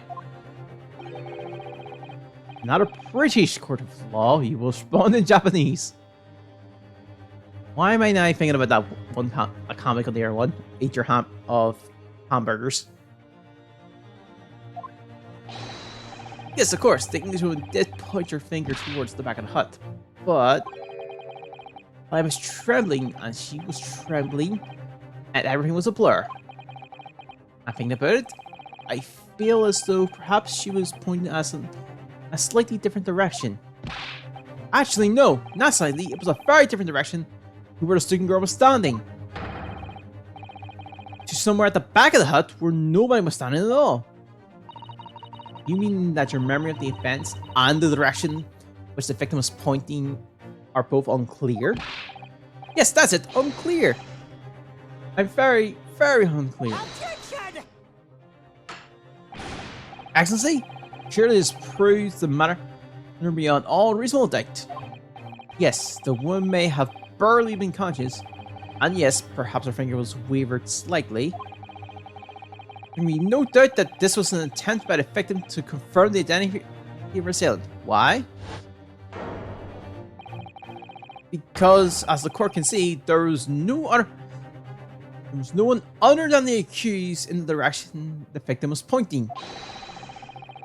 It was abundantly clear that no one besides the accused could have possibly committed this crime. I'm inclined to agree. And in the absence of any credible argument to the contrary, I believe we can now conclude this trial.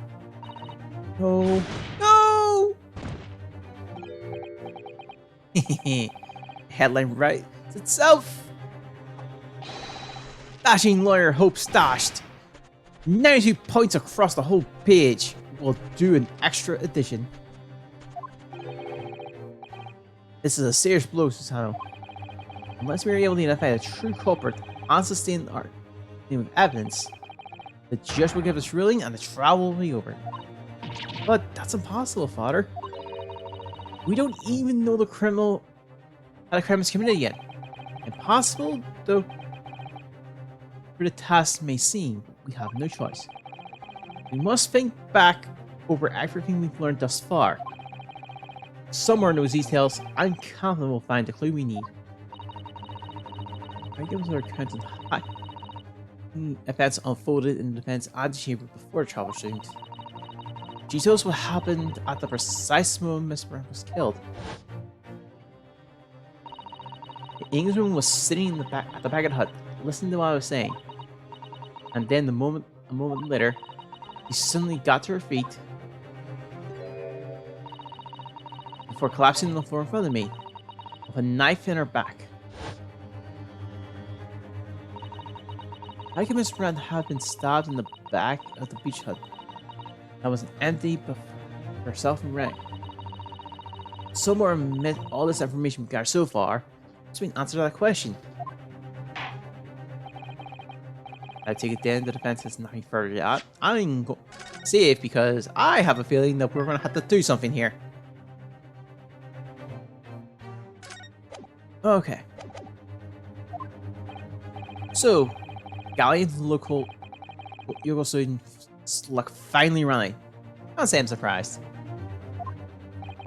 In that case, I'm ready to deliver my final verdict on this matter. This is a crucial turning point now. I can't establish what really happened. If I can't establish what really happened, it's over. What was the real culprit hiding? How did he or she stop the victim? Objection! I think I know. I think I know. Your Excellency, I respectfully ask you to postpone your judicial adjudication for the time being. Oh, to an end, Counsel. The defense would like to present the court with an alternative theory. An alternative theory that can explain who the victim was trying to implicate with her that gesture. Objection! An alternative theory? Not assist. Objection! There was someone else present in the scene who could have committed the crime. Or who could have committed the crime. What? And the victim, Miss Ref, was trying to reveal who was to those around her at the time. Mustering all her remaining strength and pointing a trembling finger at the color's direction. This is fiction, fantasy, real life. Kind of. Very well. Are you as you seem so sure of yourself, Counsel, I'm prepared to hear your alternative theory. So, young Ritoro Naruhodo. Yes, Your Excellency.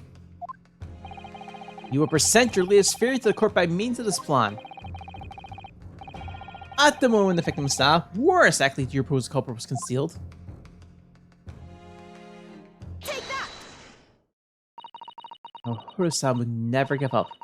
And I'm an Naruhodo now. The true culprit would at least Miss Red was concealed in this location here. Are you mad, Counsel? Are you saying the culprit was outside the hut? What? Order! Order! Order! The student lawyer Naruhodo-san, Esquire. That makes no sense at all. You just pointed out the exact spot where I was hiding to get my scoop snapped. But I didn't see any suspicious individual lurking about. I can swear to that. Honestly, if the culprit had been outside the hut, then there's no way that he or she could have stopped the victim who was inside the hut. Actually, Prosecutor Hachi, there is a way. Oh! And, in point of fact, the defense can provide evidence suggesting that's how precisely the way Miss Rep was killed. You're bluffing! You're bluffing!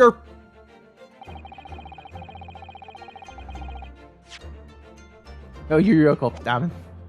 The defense assertion is clearly too fantastical for the court to comprehend. You need to give us more guidance, Counsel. This evidence corroborates your theory that the victim was stabbed from the outside of the hut.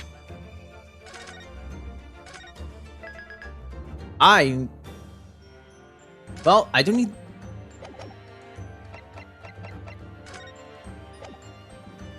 this photograph. Oh. Oh. Oops.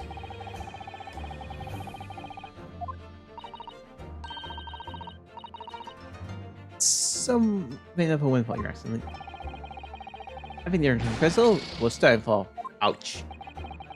If you're correct, and the knife was thrust in the outside the hut, there's a tree somewhere. Oh crap!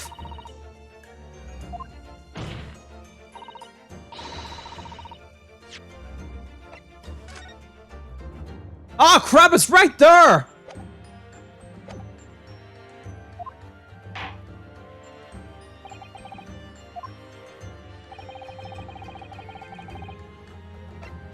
Take that! The original photographic print of the crime scene? Yes, it's clearly visible in this print. The trace of a fatal thrust was delivered from outside the beach hut. Objection! Do you take us for fools? There's no hint of such thing. I'm not sure that everyone present would agree. Someone at least appears to have noticed what it is that I'm referring to. And so, once again, I must call you to explicit for the court. Where in this photograph is the trace of the stabbing which you claim to create from inside the hut? Right here. Look closely just here. In the screen at the back of the hut, you can see an effect of a blade being forced through the reeds. No, I can't see such thing. It's true that the hut in question has 4 walls, as you respect. However, by parting the reeds, a blade could easily penetrate them. This is extraordinary. Yes. The true culprit actually stopped the victim from outside the beach hut. Oh. And of everyone present at the scene, there was only one person who could have done that. Only one person who was directly outside the hut when Miss Barrett was killed. Right in Menimono-san? It could have only been you. No. Objection! This preposterous idea leaves me almost speechless. Just look at the photograph again. The victim lies was exactly in the center of the beach hut, did she not? As we already assumed, as part of this first set scenario, that the assailant was a knife thrower? Objection! No, of course not. We're not. If you recall testimony of the defendant about the events just before the victim's death, inside the beach hut, I confronted Miss Moran, but she just sat on the stool at the back of the hut, smiling sweetly at me as if she knew she was untouchable. A stool? Have another look at the photograph. The slit in the reed screen would align perfectly with the back of a person who was sitting on that stool. What? So, in fact, the victim was killed while sitting on the stool by a stab wound to her back delivered through the reed screen. Having been attacked, Miss Brad rose to her feet instinctively. But then, unable to speak, she collapsed on the floor in the middle of the hut. Before the defendant, Mambani-san, appalling eyes. Hold up. And that, Your Excellency, is the truth of what happened on the beach that day.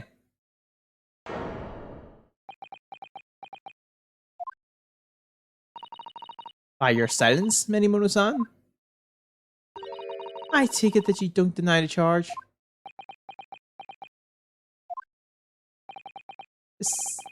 This is absurd! Also, we haven't had the big music yet, so we still have one more testimony? That will do. It would appear that we have a admission of guilt from the witness. Accordingly, the court has successfully established the truth of the matter, which means the defendant, Mambani-san, is innocent of the crime. Oh, thank goodness. I finally made him give. I must say, I've never been more proud. No, this can't be. The Kachiklan can't. What my growth of hope. It wouldn't be an apparition. I can't accept this. I won't. I see no reason for the continuance of this trial. I will therefore move to conclude proceedings by delivering my final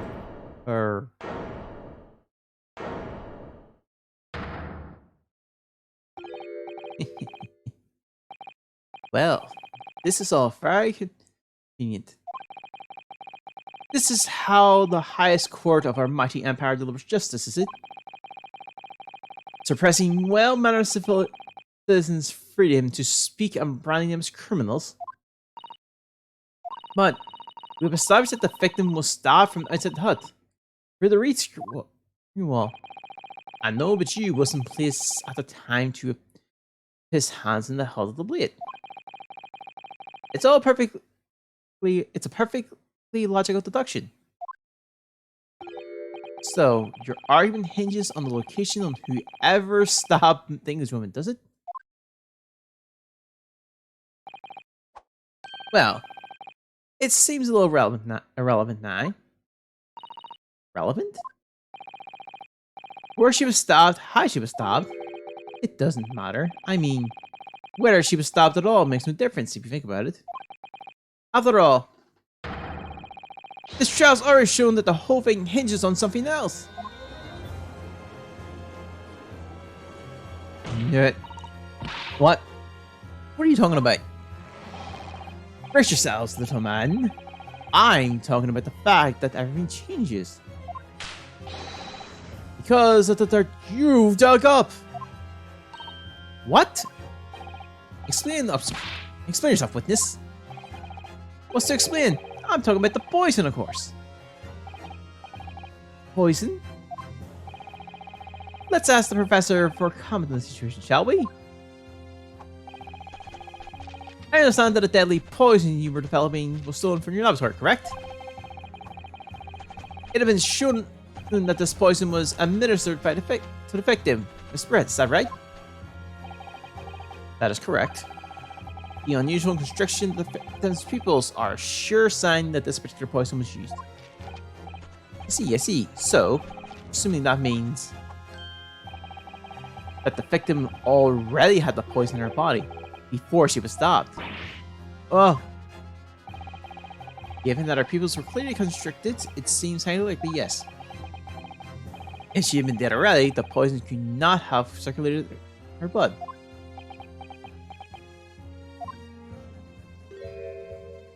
Oh, he recovered. How refreshing to hear the argument of a metropolitan mind. Precisely, it matters not a jot on who stabbed whom in whom's back with whom's blade. Because, quite simply, his woman's life was taken not by a knife, but by the poison. Objection! But that can't be explained by the poison being through the blade already. And as if already... Forgetting already, have we, Yoko? During these very procedures, the laboratory of the professor at your side assisting in providing,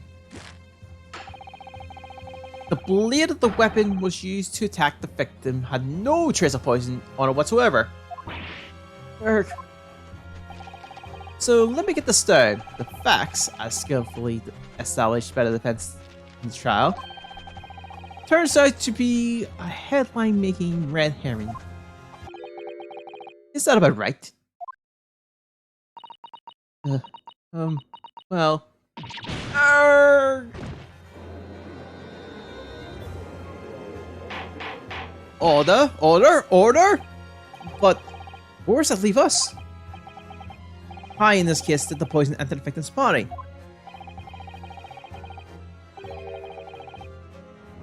There was an undeniable obvious answer to that. The lady most likely embedded it. You mean she drank it? Have another look at the photograph here. As you see. A bottle of carbonated water in the glass had been knocked from the sandy floor of the beach hut. The poison could have been slipped into either. Somebody made Miss Brett drink it? Well, what do you know? Look at those stashing eyes! This will make a great front page shot. Hey! Why the bewitching stare? After all, I'm the last person you should be looking at. It makes no sense that I poisoned the woman, would it? I mean, that's been established already. Established? What are you talking about? Huh? Don't tell me you've forgotten. That's a little hard to believe, given that the person who established it was you! Me? What does he mean? Oof. Let me capture those wide eyes. That's a prime press photo, that is. It seems that this trial is not destined to end yet, after all. I hereby call upon the witness to get further testimony. That's correct, that is. Let me get a shot of that magnificent beard your excellency. You claim it to be impossible that you were the one responsible for administering the poison to the victim. You explained to the court in your testimony the basis upon which you make such a claim. I'm a journal and I'm a man. I've never tried to run or hide from anything in my life. Not about to start now, because that's many knows him. For a brief moment, I thought I eliminated the truth. Then slipped right back into obscurity again. So where's the child's going to take us?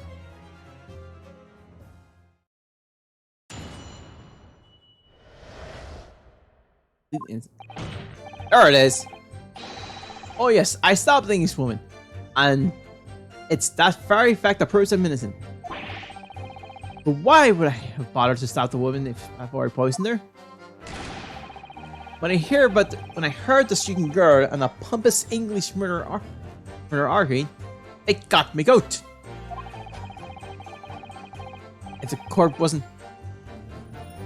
courts weren't going to punish Miss Rath for what she had done, someone else would have seen justice done.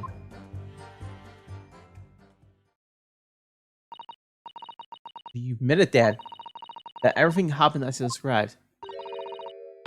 That you're the one who stabbed Miss Rath in the back for the read screen. Can't blame this miserable country of ours. You can blame this miserable country of ours. A country that bows to the pressure of foreign powers and lets murderers walk free. What kind of future can a country like that have? That's why I did it. I did what our pathetic leaders didn't have the guts to do. Slam bam in the middle of that charming little speck. I plunged the blades of sweet justice right in there.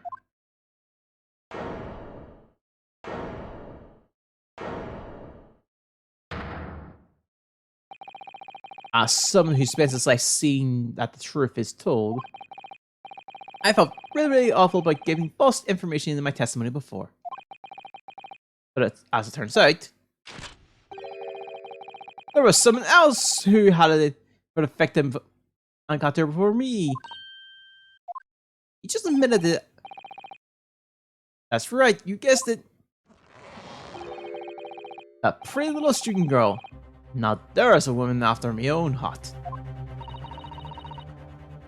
You're implicating Ray Keane. He's the one who get the poison English woman and ended her pitiful existence. And suddenly, snap! This journal here is off the hook. The argument is sound, certainly. The witness had administered the poison himself. He need only have waited for it to take effect. Substantially, stabbing the victim in the back would have been entirely nonsensical. And therefore, the report had nothing to do with the poisoning. Yes, it's quite logical. That's right, it is logic and truth. I'm glad you've all seen the light. Just as the last. It's unbelievable. And after I made so much progress in proving his guilt, he's going to get away with 9?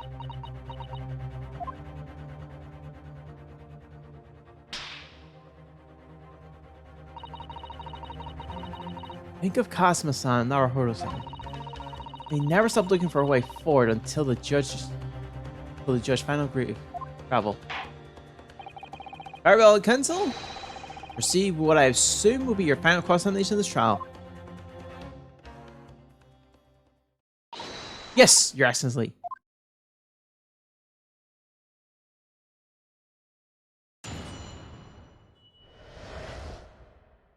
This is the last one.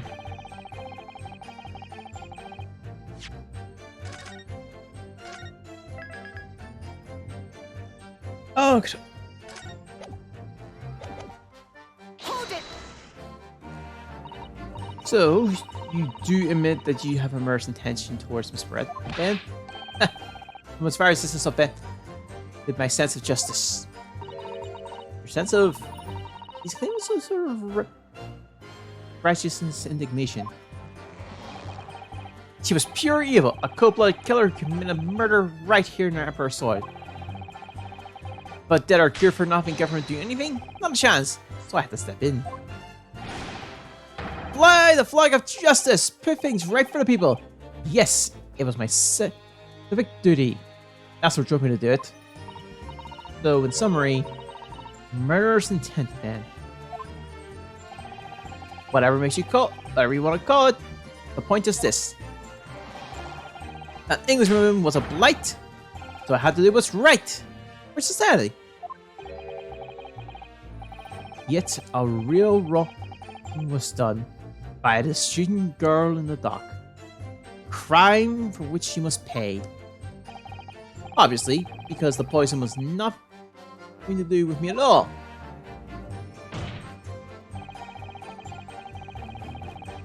Hold it! So you still maintain that you didn't give the poison to the victim. Obviously, that'd be like putting a belt on your treasures when you've already worn braces like these. The accursed administered the poison, following which this witness not the victim. Unforgivable act certainly. Not one of murder. Arm rests on the accused's shoulders. That's just how the law works, you see, Yoko. Who knows? You might even learn something here today. 2 consecutive attempts on her life in the space of minutes. Quite a day for the victim. Do something that evil, and you've got it coming. That's how law works. Law of reckoning. That's not the kind of law this court upholds. You will reiterate why you were compelled to stop the victim and witness? Why I break my pencil? Again, grab another one. Hold it! What exactly are they arguing about? That's what about what happened in that restaurant 9 months ago? That's what. Student girl was laying into the Englishwoman for killing her beloved mentor, Dr. Wilson. Yes, John Hitchbolton. A professor of medicine, in fact, here from England by Professor Miku Haba, no less. Right, but the Englishwoman just jeered. Her case was to be heard by the British court in Shanghai, however. There was little doubt that she would simply have been acquitted and sent back to her homeland, a pretty woman. It was eating that student up from inside. You could see it. I really felt for her.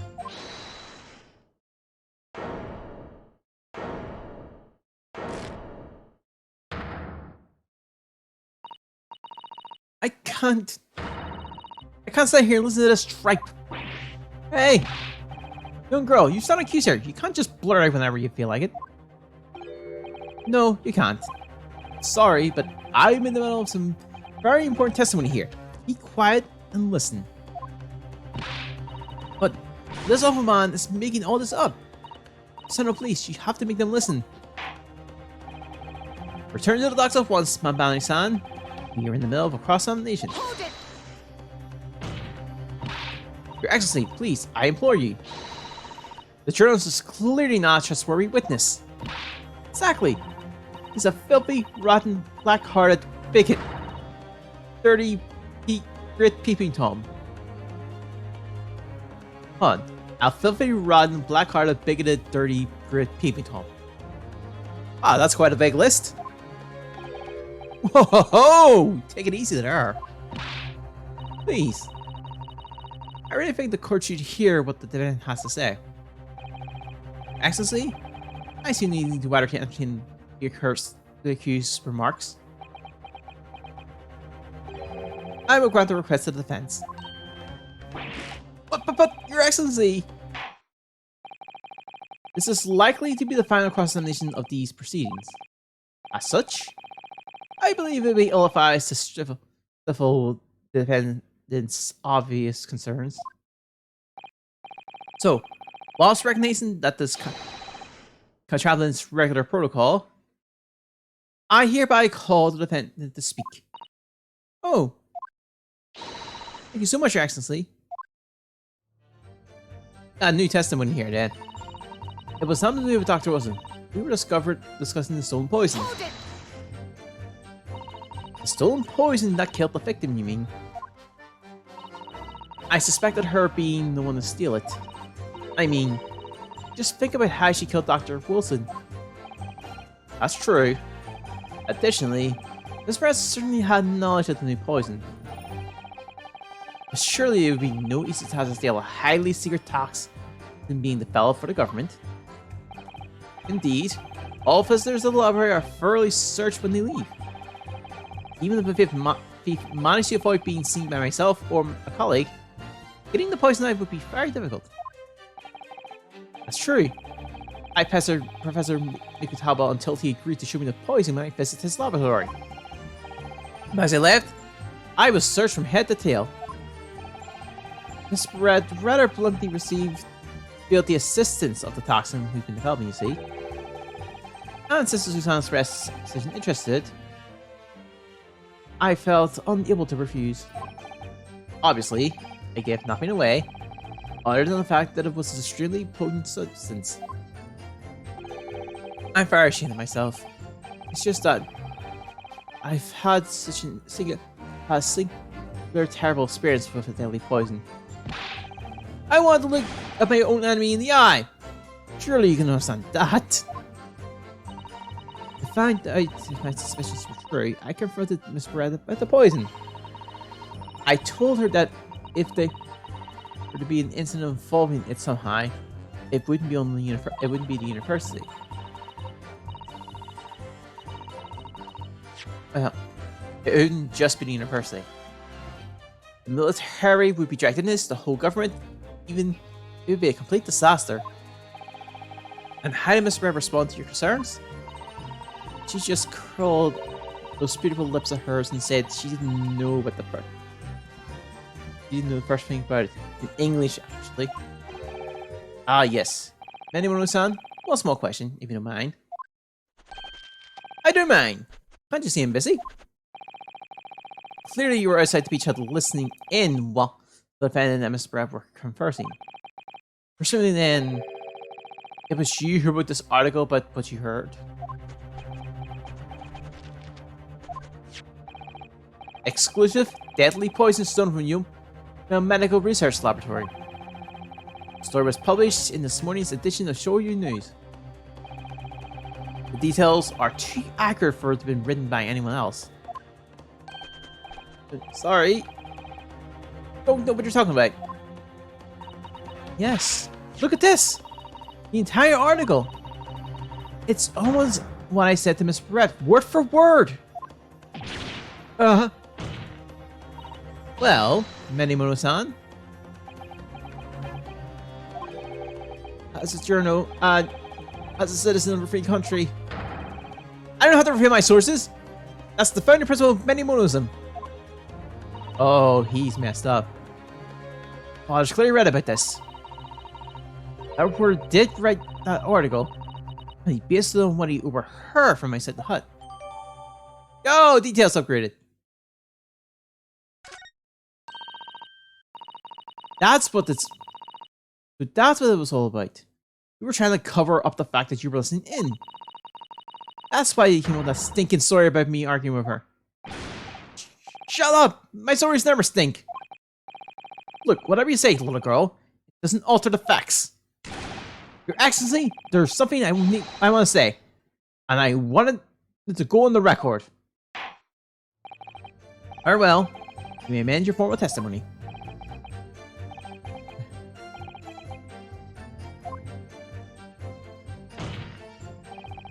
Point is, if you poison someone, there'll be no reason to go to go and stab the person as well. Hold it. Perhaps you doubted the efficiency of the poison sought to make sure your victim would die. That's horse dung! What? That would be like pouring pepper on your Chinese ramen before you even test it. Completely reckless. Actually, if you want an extra spice, one extra kick to the ramen would not make much sense. Although, it might surprise you to learn that I'm a bit of an pompous pepper ponder as it happens. Once the victim has taken the poison, she would have been only minutes away from death. And in the end, the smells proceeds to stab her in the back as well. There has to be a good reason for that. If it was the reporter who gave her the poison to Miss Barrett, then clearly, he must have done something prior to Ray entering the hut. Yes, that's undeniable. But between him leaving the hut and the victim being stabbed, there was one very crucial change in that situation. Sorry? What change? The reporter overheard the conversation between Ray and the English woman. Yes, that's it. That's when Manimoto first found out about the second nature of poison used. There could be a key here. If the victim had unwillingly taken the poison already, the reporter would have no reason to stop her. On the face of it, that logic sounds entirely reasonable. But there's no question that the man was responsible for Miss Barrett's murder. To think of a possible explanation as to why he may have stopped her even after the poison, I feel sure that everything would drop into place. That's what we should be looking for. Yes, I agree. Let's try to glean more information.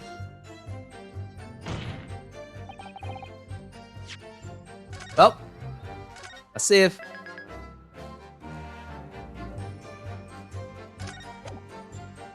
Alright.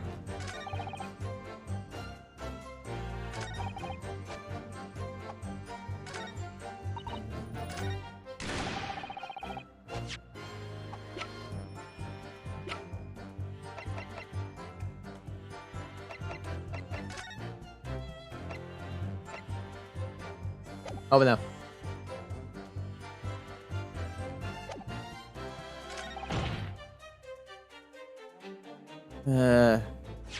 This is it, and this.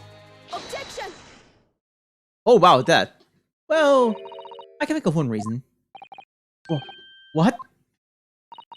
But before I explain, I'd like you to confirm something for the court. Did you glean all the information for this newspaper article from what you overheard outside the hut? Of course you did. There can be no question of that at all. We were all in the laboratory together. We were told that it was a terrible toxin.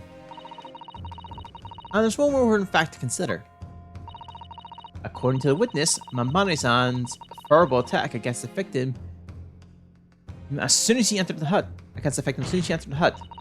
In other words, it would have been impossible for her to slip in the poison info in the espresso drink. Objection! What are you going at with this, counsel? Manimoto-san has made quite clear that he has served every single thing that happened in the beach hut. If the defendant somehow found an opportunity, this man would have seen it. Yeah. Which means that Miss Barrett couldn't have embedded the poison whilst the defendant was present. In fact, it must have been administered to her before Mamane-san entered the hut. Yes, very accurately put.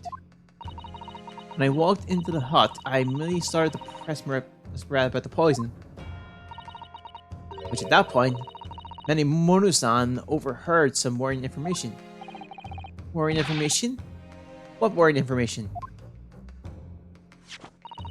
The information which he substantially included in his newspaper article, namely, that the poison was developed in strict secrecy, and that it couldn't be readily attained.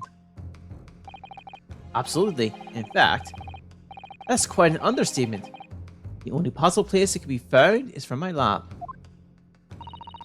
And furthermore, anyone affected by the poison would exhibit telltale signs in death. The extreme constriction of the pupils. Yes, it's quite stark when you see it. There are other poisons that show similar symptoms, but none among new substances that are undetectable. In other words, it would have been clear that the victim's life had been ended by the use of this particular poison, which would reduce the number of suspects to only a handful of people. Ah! Everyone in my laboratory is aware of the unique properties of the toxin we've been developing. None of them would be foolish enough to attempt to use it for some nefarious death. And Benny-san's being no exception. Therefore, we can conclude that whoever administered this unique poison to the victim was a layperson unaware of its telltale properties. No. In other words, someone like you. Right in, Menimono? Yarg!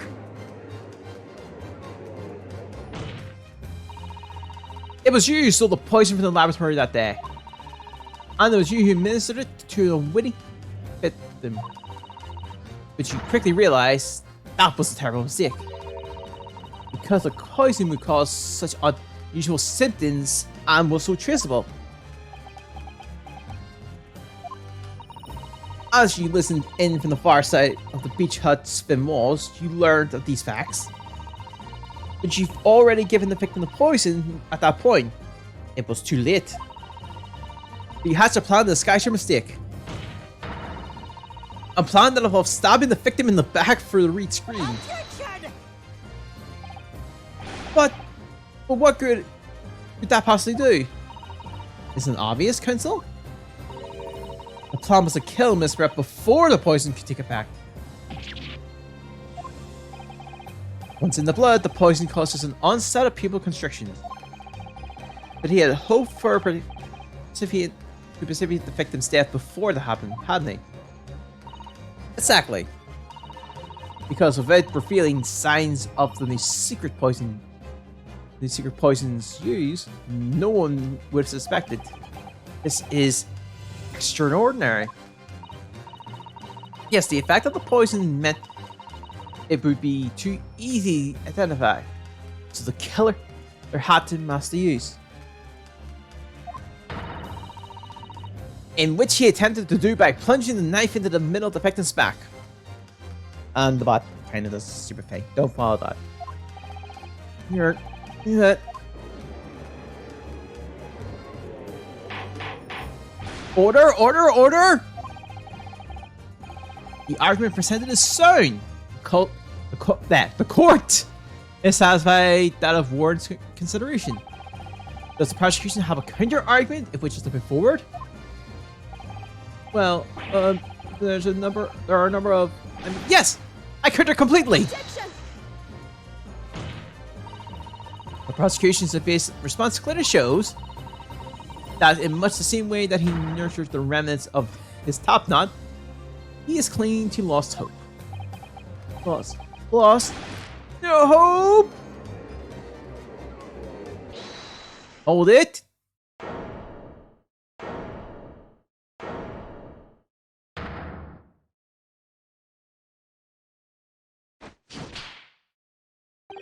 A hat! Pathetic, useless, fallen samurai. Fallen? What do you call fallen? My person growth is... I do not need a counter art. My proportioning growth is... it's on the rise. I don't need a counter argument. What are you talking about? It's completely obvious. I stole the poison, you say? Give it to the victim, you say? Stabbed her, you say? Lots of fine theories. But I don't need a counter because you don't have an argument yourself. Where's your evidence? Son of a press.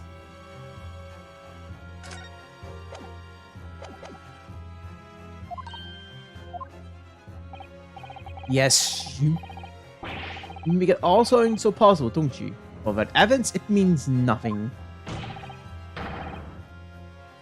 Where I base my news on facts. Facts? What do you mean? Explain yourself. I mean, what the professor said earlier in his trial. It's all here, in my many memoirs. Every word. Every slip of the tongue, all noted. That's what the sewing is here for. It's the power of printed words.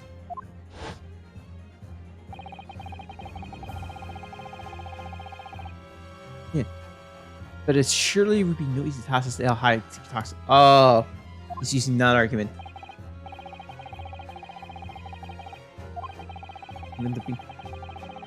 Okay.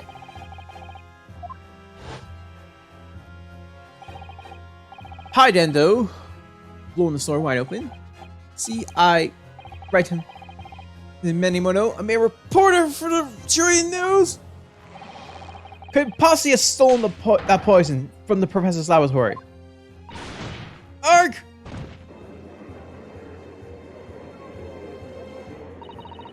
There can't be an version of it.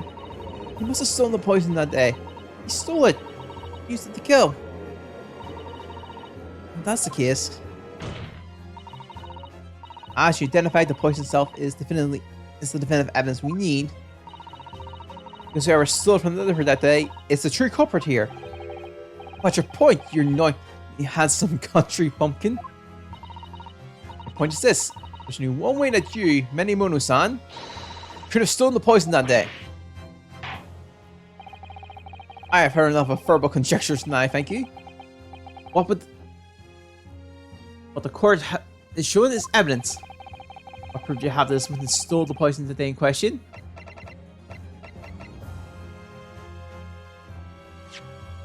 I am drawing two things.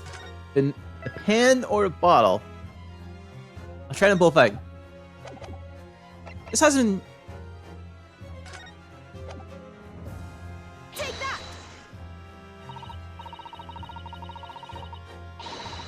Oh, okay, this wasn't that.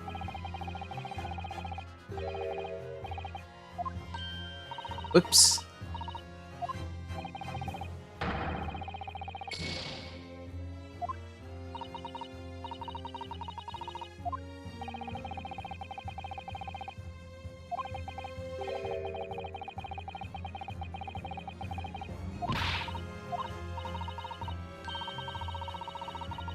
Is it less hitter?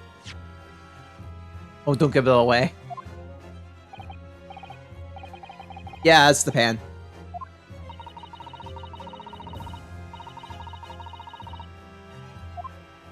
So I was thinking about that. I was like, it's one or two things. Take that! Well, no, it's not the pan. Oh, it's the pan.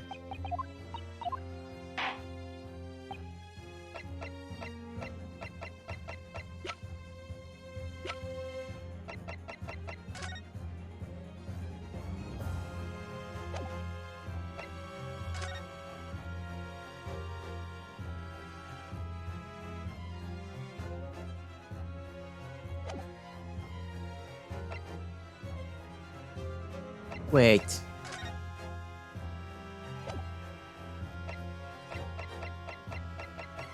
Take that! Okay, not that. I was saying... Dang, but no.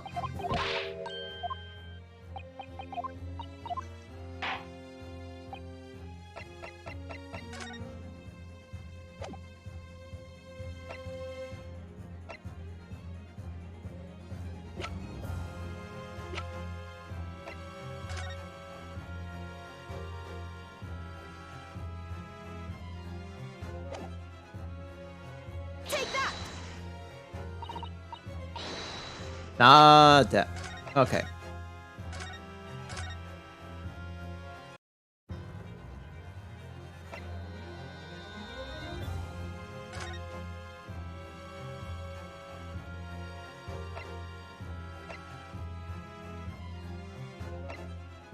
Look at that.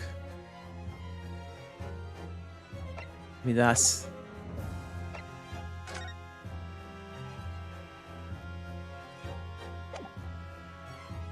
Just showing for everything first.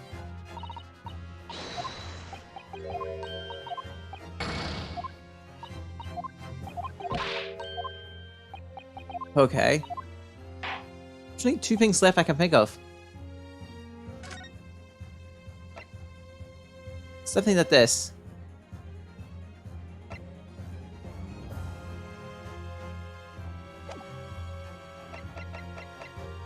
Take that. Okay, no, not it. The only thing left I can think of is just the report.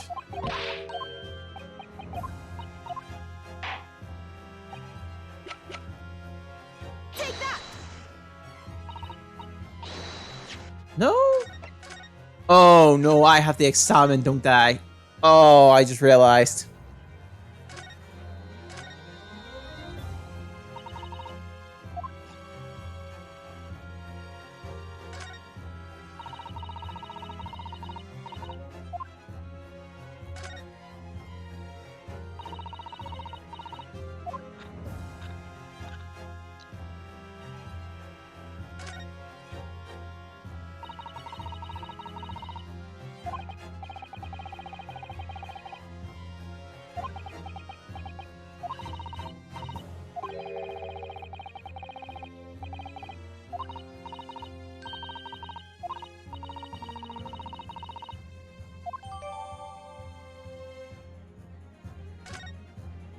Oh, no, that was there, and I just didn't see it.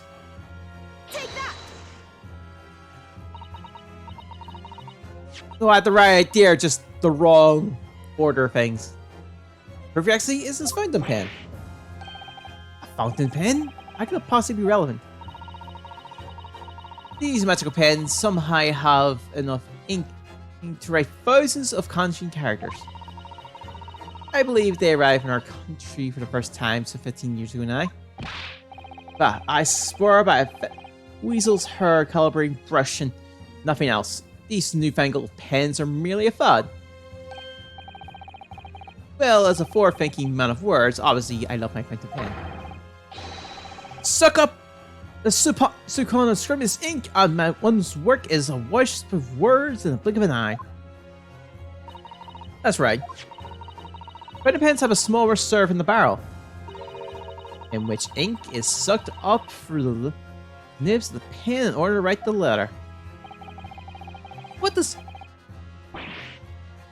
all this talking of sucking up ink have? Oh! Just as possible to suck up ink up into the reservoir, it's also possible to eject through the nib again, of course. Good word. And can this really be... Well, Menimono-san? When you saw the deadly poison before your eyes in the laboratory that day, you used your fountain pen, your very lifeblood, to steal some of it, didn't you? By siphonning the poison from the nib and on into the pen's reserve. Guard! More certainly, that never happened. True, we never heard that there was a procedures in the place to prevent theft like this from the laboratory. Proceedings. But would anyone have thought to look inside a fountain pen of all places? No, I'm a little ashamed to say that the fear of offending our guests, such a detailed search would not have been conducted. Well, that's quite startling. It's quite startling, I must say. I remind the court that this pen was found in the clutches of the victim when she died. In other words, it was dropped at the scene by Menimono-san. So the crucial question is, when exactly was the pen dropped? You suggesting the natural conclusion is that in your hasty act whilst the victim was distracted for a moment, you dropped the pen after you emptied the poison from it into your glass. Objection! That could be for any number of alternative explanations for example, The witness could have been using his pen to write down details of his conversation with the victim. When shocked by one of our outrageous answers, the pen simply fell in his quivering hand. Objection! No, that can't be. If it was, how do you explain why the pen is devoid of ink? What? As you can see for yourself, if you examine the evidence, there appears to be no ink present at the reservoir. What newspaper reporter goes to interview someone with nothing in his pen? No, the pen was dropped after the poison was filled. Its reservoir has been emptied into the victim's glass. Witness, what do you have to say in your defense?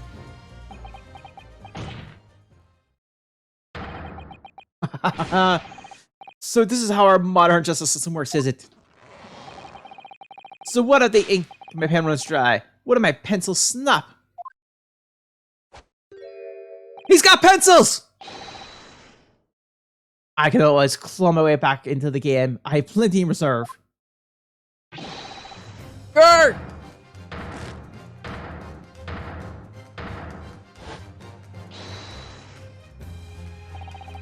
You claim I stuck the poison up into my head? That's wild speculation, nothing more. If you thought you could bring down a fine, upstanding citizen with a cheap trick like that, think again. Looks so it's going to take one final decisive blow to finish this matter. As I see it, the situation now is very simple. It rests upon whether or not this witness did indeed steal the poison on the day in question. And therefore, it all depends whether or not the defense can prove that he did it with evidence.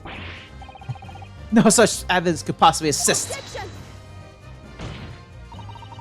Manimoto-san? This is how our modern justice system works. What? In the courtroom, evidence is everything. Something you would do well to remember. Because we are well past the point of speculation at this stage, I assure you. Very well then, I call upon the defense to present the aforementioned evidence. This is it then. This will be the final piece of the puzzle. The defense can prove by the means of this item it was the witness' pen that stole the poison. Take that! Pencil? What is this bottle? This bottle contains a unique chemical reagent that can identify the poison in question. Ah! Yes! That poison is an entirely new substances of alkaloid developed by my colleagues and I. It would be impossible to detect any trace of it by any other method. Or, from another perspective, simply with this chemical regimen, anybody at all could purchase the poison. Regimen? What? One drop of the contents of this bottle on the tip of your fountain pen, Manimoto-san. It's all it would take to solve this case beyond all reasonable doubt. No, you can't. I won't. Your crimes are bad enough. At least no one went to admit defeat. Your Excellency? The defense requests permission to carry out the test on the fountain pen at once.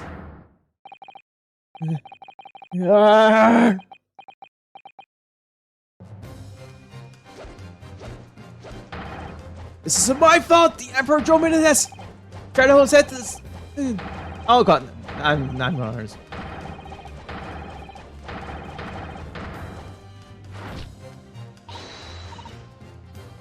Me. There. We just got a freaking. Nice! Did I do it right? Was this a takedown, wasn't it? Not quite. That was a Utoro takedown. Can we just appreciate the fact that we basically just cheated the victim, the murderer for a takedown? The instant the first strap will touch the nib at the fountain pen, It was clear to everyone present.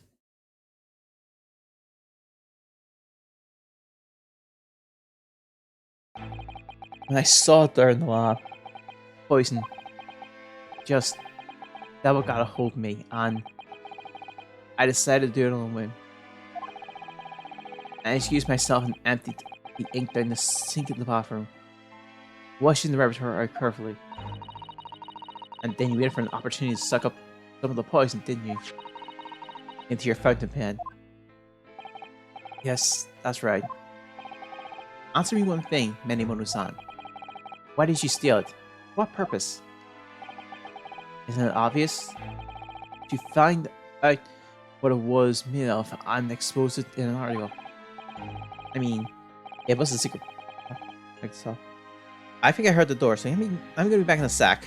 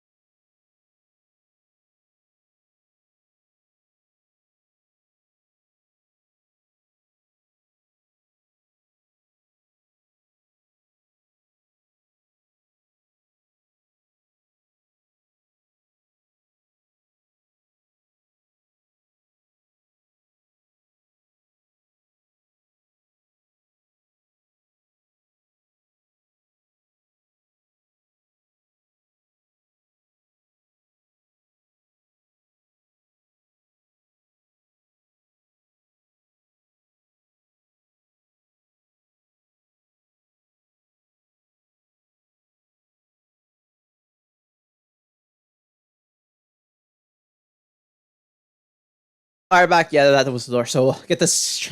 Yes, we'll get this finished up and then we'll wrap up. Alright. I mean, it was a secret project after all. Too easy for a journal like me to pass up. Then why did the Englishwoman ended up dead? I went into the hut intending to quiz her on her situation. That's all, as a reporter. A known killer, enjoying full freedom. Getting justice by leaving the country. I told her what I thought about it. And she just laughed at my face. Oh, what's this? A far eastern caveman preparing to practice journalism? Really? You must learn the difference between reporting and listening at doorways, you ignorant plebs. Plebeians. What did you call me? This country, with its pretenses to a justice system, to a free press, it really is depressing. Very yeah, it's really very depressing. Sorry. See, our superior way in the West, yet you lack the mental capacity to emulate them. Get out of here, you oaf! Get out and crawl back into the cave you came from.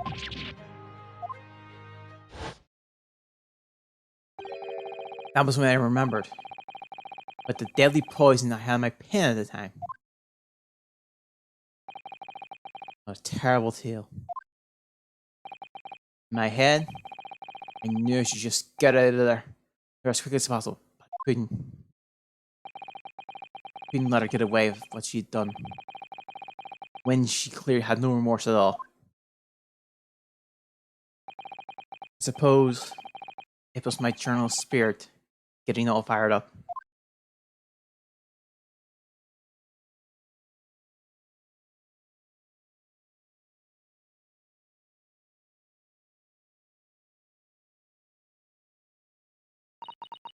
I'd like to ask you something.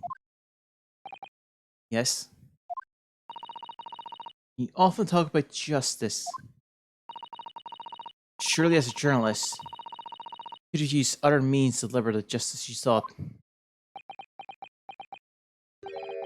There's no justice in the press. Sorry?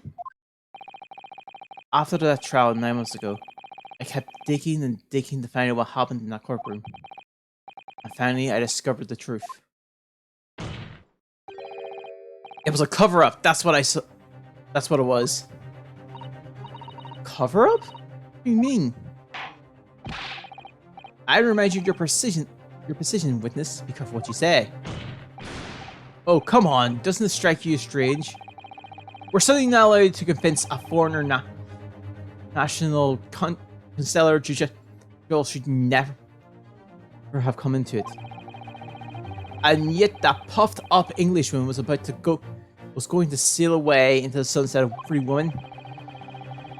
The only possible explanation is that behind the scenes some deal must have gone down between Britain and Japan. Sort of deal.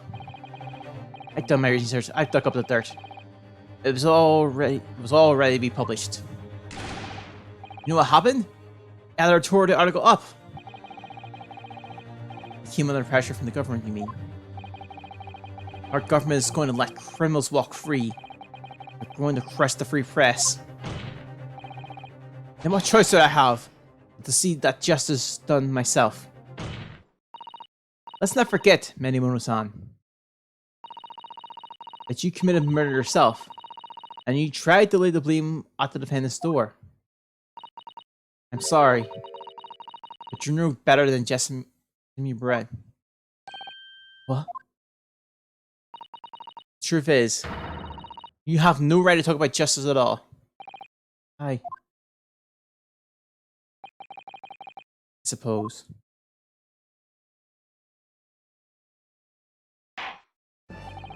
It appears that we've reached the conclusion on this trial at last. Counsel for defense, Ryotaro Naruhodo. Oh, yes. Sorry, Your Excellency. Just smoothing in a manly way here. It's almost unbelievable that this is your first experience in the Supreme Court. It was an excellent performance. In truth, it very much reminds me of your cousin's exploits. Oh, Naruhodo. I mean, Ryusaki Naruhodo. The way he handled the trial 9 months ago, the way you handled this one, it gives me hope that we are generally entering a new era of justice in this land. That was very flattering, Your Excellency. Hearing the defense you put forth for today made me feel most keenly that the future of our justice system will be forged by you and your compatriots. Thank you. So, Prosecutor Achi, do you have any final thoughts? Why is there a box and a knife? Bed. Prosecutor Achi? He's gonna cut the top knot. I, Takasuchi of the Achi clan, been bested by a cowl youth not once now, but twice.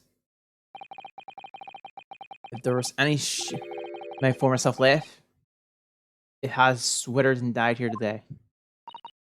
Gosh.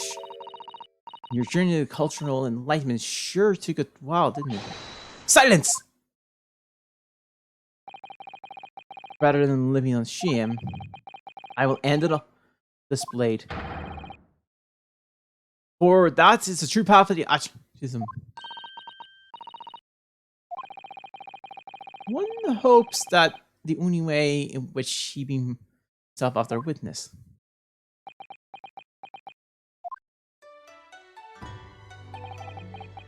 Spring on my top nut, the time is ripe for farewell. Hope is lost forever. Takasuchi.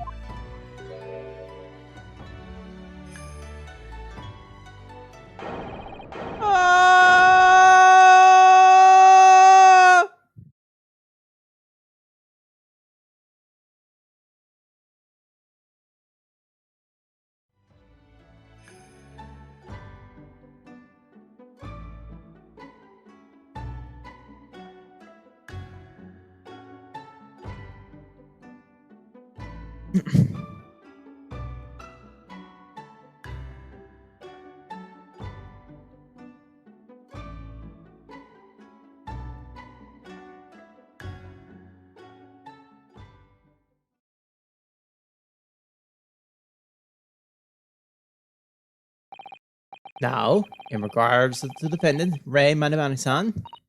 Yes, Your Excellency. I have reached my final verdict.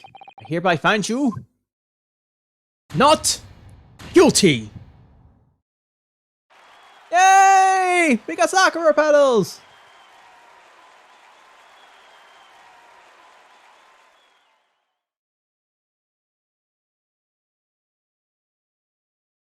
Court is adjourned.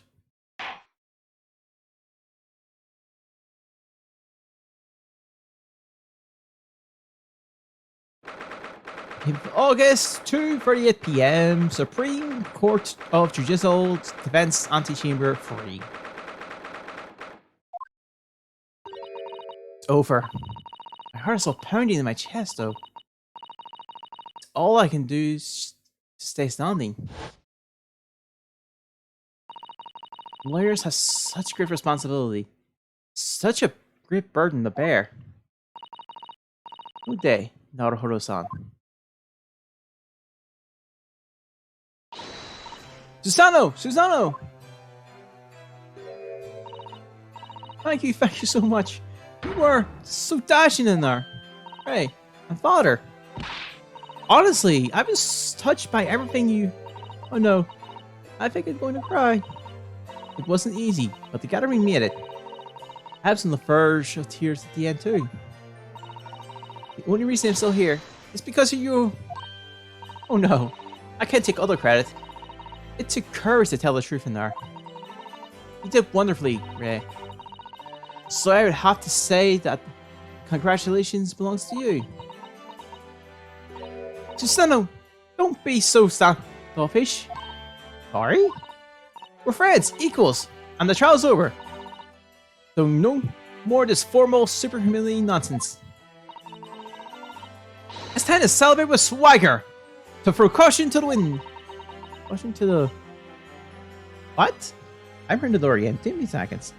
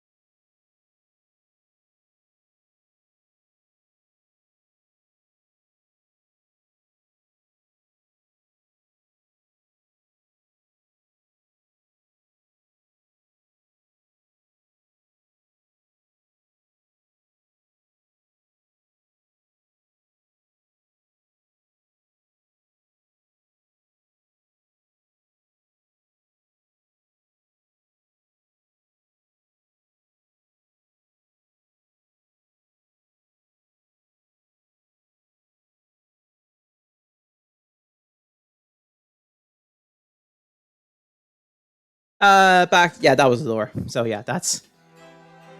Any question? What? I am the Great Defense Lawyer, Ryutaro Naruhodo, and I'm taking you out to the milk bar tomorrow. Or something. Right, I see. Think about it, Ray.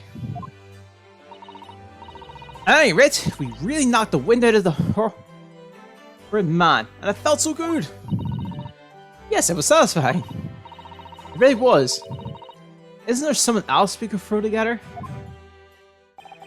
I hope you're not looking at me, Ray. Oh my goodness. No, of course not. Of course not. There it is, the loss. Ray's lovely smile. You fought for your friend to the very last. As your father, I'm extremely proud of you. Defense Attorney Ryutaro Naruhodo. Thank you. I couldn't have done it without your help. Anyway, it's time to bid farewell to Ryutaro, I think. I should miss him away, but It's back to Susanoo Mikuta. Oh, nah. So, I'll never see him again then? What a terrible shame. What? What is happening? Ah, Suzuki, Inspector Hosaka. I hope you've been keeping well. Is that really you? Yes, I had to change my parents for the, well, obvious reasons, I hope, but it's me. Susanoo Mikutaba. Don't. So dashing, so defying. No! Definitely dashing. Yes, and then definitely defying. Just look at you. I had no idea, Mr. Sasson Equidits, that you were looking to Naruhodo's square cousin. Astonishing Ace Attorney. Of course, Suzuki-san. I'm confused. I still remember the first time I ever met him. He was in a prison cell in London. With an extraordinary conundrum, it was that the mini student from Japan found himself embroiled in. But after Naruhodo's skillfully defense at the Old Bailey, Suzuki-san was freed to return to Japan. And now he seems to have earned himself great fame as an author. I'm stunned that it truly was a disguise. I had no idea! I'm the chief inspector at the police bureau. Came up with Mr. Turtle, no less. I'm not sure you should be admitting that. But you should be admitting that, Inspector. Amazing. You're a woman of many faces, I see. Just two, really. And this was a once-in-a-lifetime event, I hope. Oh, I'm not a patch on you, Inspector. Well, I'm a professional, of course. I do worry about Inspector Hinsaka sometimes. I really do. 9 months ago, when he appeared here at the Supreme Court to testify, he was undercover, disguised as the head waiter in a restaurant. And then on the steamship to Great Britain, of course, disguised as a sailor to keep us safe on our journey. So that didn't help you, did it, Kazuma-sama? For my perspective, I have to admit that I have mixed feelings about all this. I mean, now the truth has been lost forever. Now the truth has been lost forever. What do you mean? I'm talking about the murder that the English woman committed at the end of last year. Oh yes. It was an English doctor she killed, as I understand it. Dr. John H. Wilson, yes. The man I fed to Japan personally. The mystery is, why did she kill him? Now that the culprit herself is dead, we'll probably never know the answer.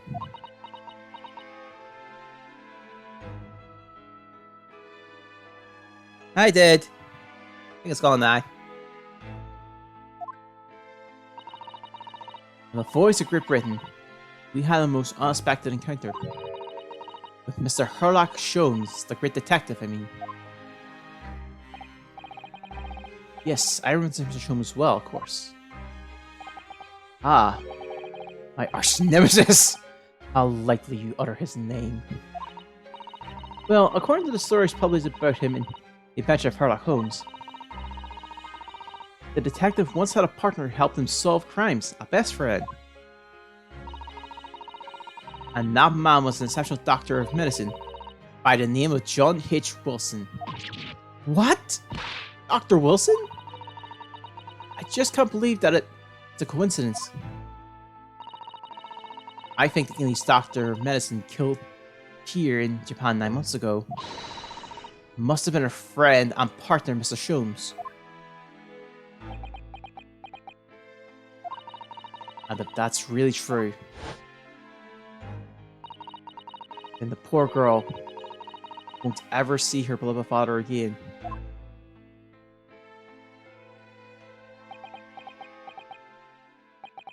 As you know, I've traveled to Great Britain myself to study. It was around the time you were born. Yes, grandmother told me about it.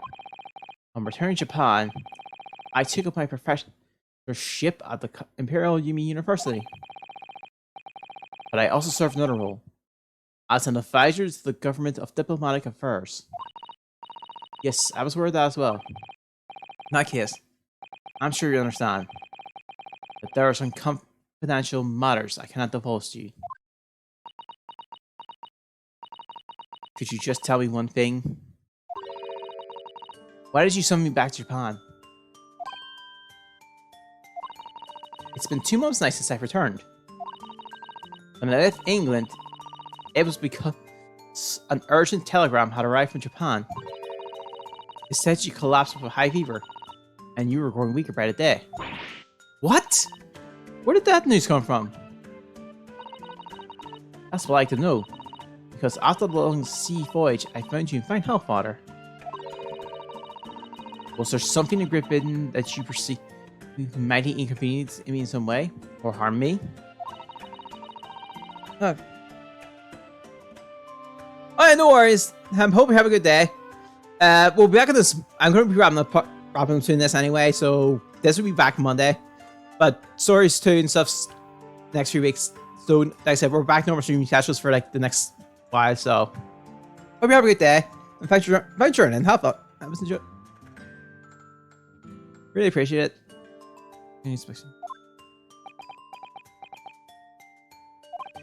Dear me. You are searching most cutting glares for your father, Susano? I'm sorry, my dear. I simply can't. Oh, let me go!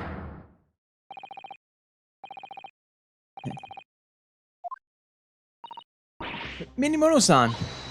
So, one for was enough you. Don't eat the victim again! Don't eat. No, not the victim. Don't eat the murderer again! I got one last thing to say before they take me away, Professor. Me? I know the truth. I know you how what went on.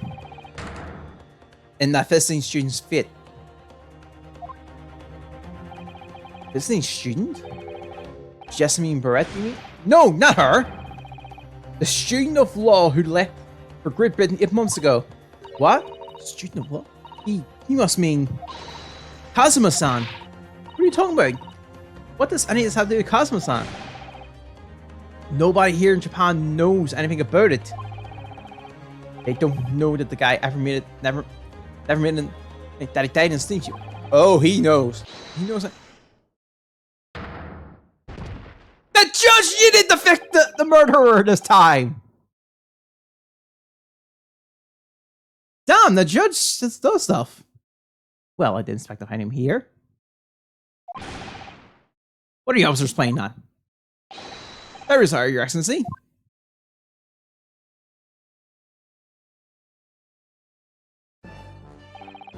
I was coming to tell you that the shot has arrived, Eugen. And it's a good job. I can't. Nah. Yes, thank you for dealing with him. I'll be there shortly. Oh, Your Excellency. The trial is over. I'm not Your Excellency anymore. I'm merely your father's friend. Shinshiro Shugoko. May I say that since I saw you last, you seem to have taken a more dashing appearance. Susano. Did you know all along from the start of the trial? A judge sees everything, Susano. I couldn't let you take the risk. It's Seisuru here had known and that he recognized you. So I had a word in his ear beforehand, as an old friend. So, Seisuru, shall we? Yes. I'm ruling the case. We now have various diplomatic issues to address. Where do you go, father? Sorry, my dear. We shall have to return to our earlier conversation at a later date. Well done again, both of you. You did admirably. Oh, thank you so much. What do you think about Shujuro's sling, eh? It's been a while since I've seen it. Since I sent the man flying like that. So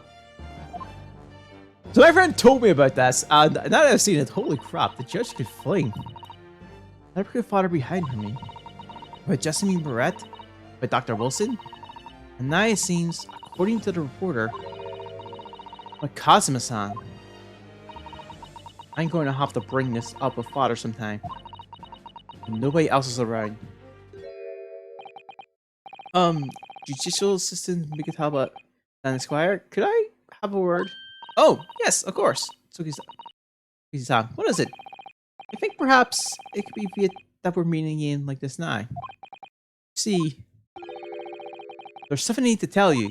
Oh, I believe that it may be relevant to the reason why your father summoned you back from England. This I have to hear. Please, Suzuki-san, tell me at once. I will. As you know, my time in England was terrible, cursed. I have no doubts.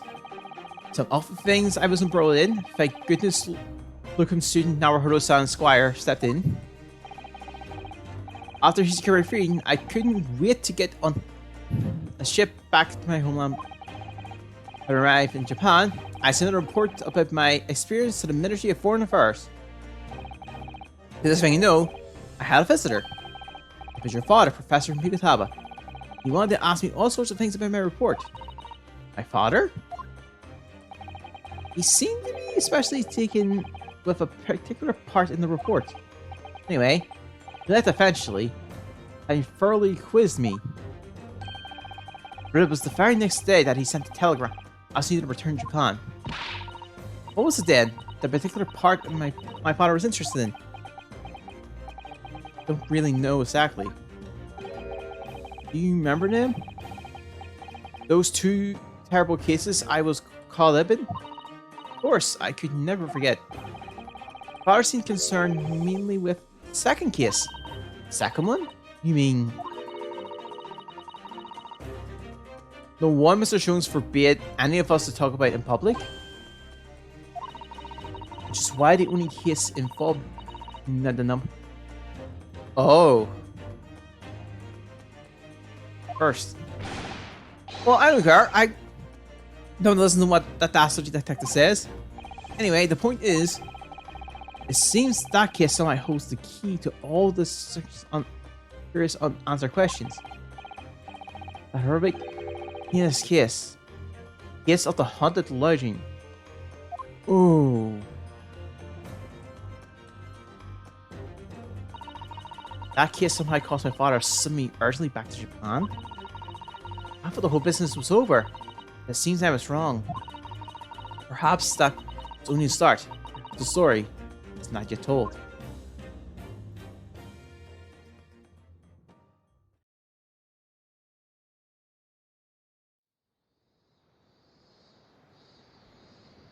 So, the mystery of that English woman's death is solved, thank goodness.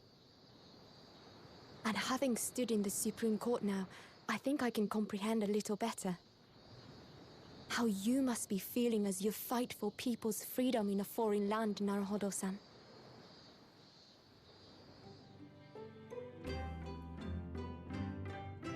But actually, I'm writing to you today because of another matter. I met Soseki-san and we talked about that second case he was involved in. Father has said nothing to me, but I feel certain of it. That case holds the key to some great unsolved mystery. My notes on the case should still be in the office, tucked away at the back of the shelves on the left.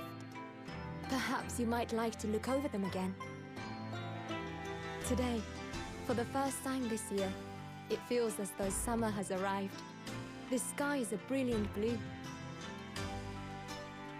It makes me long to see you again.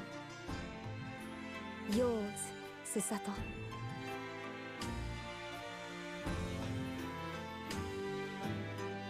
What a nice way to end the whole case. This episode. Yeah, that was the end. Right. Going to see if we're going to wrap up, and we're going to move right into the What is the next episode called? The Memoirs of the Clouded Kokoro. We're going back to that trial. Well then, I think we'll wrap things up from here. I will look this all up next time, but for now, I'll wrap things up here. Thanks for tuning in. Hope it's a great day. Hope it's a good week. We will be back on this Monday. We'll see what happened, how that room's going to be like again, because it seems like that's going to be a case again. And we'll see our girlfriend Shones and Iris back again soon. So, with that being said, I'll see you until next time. Bye.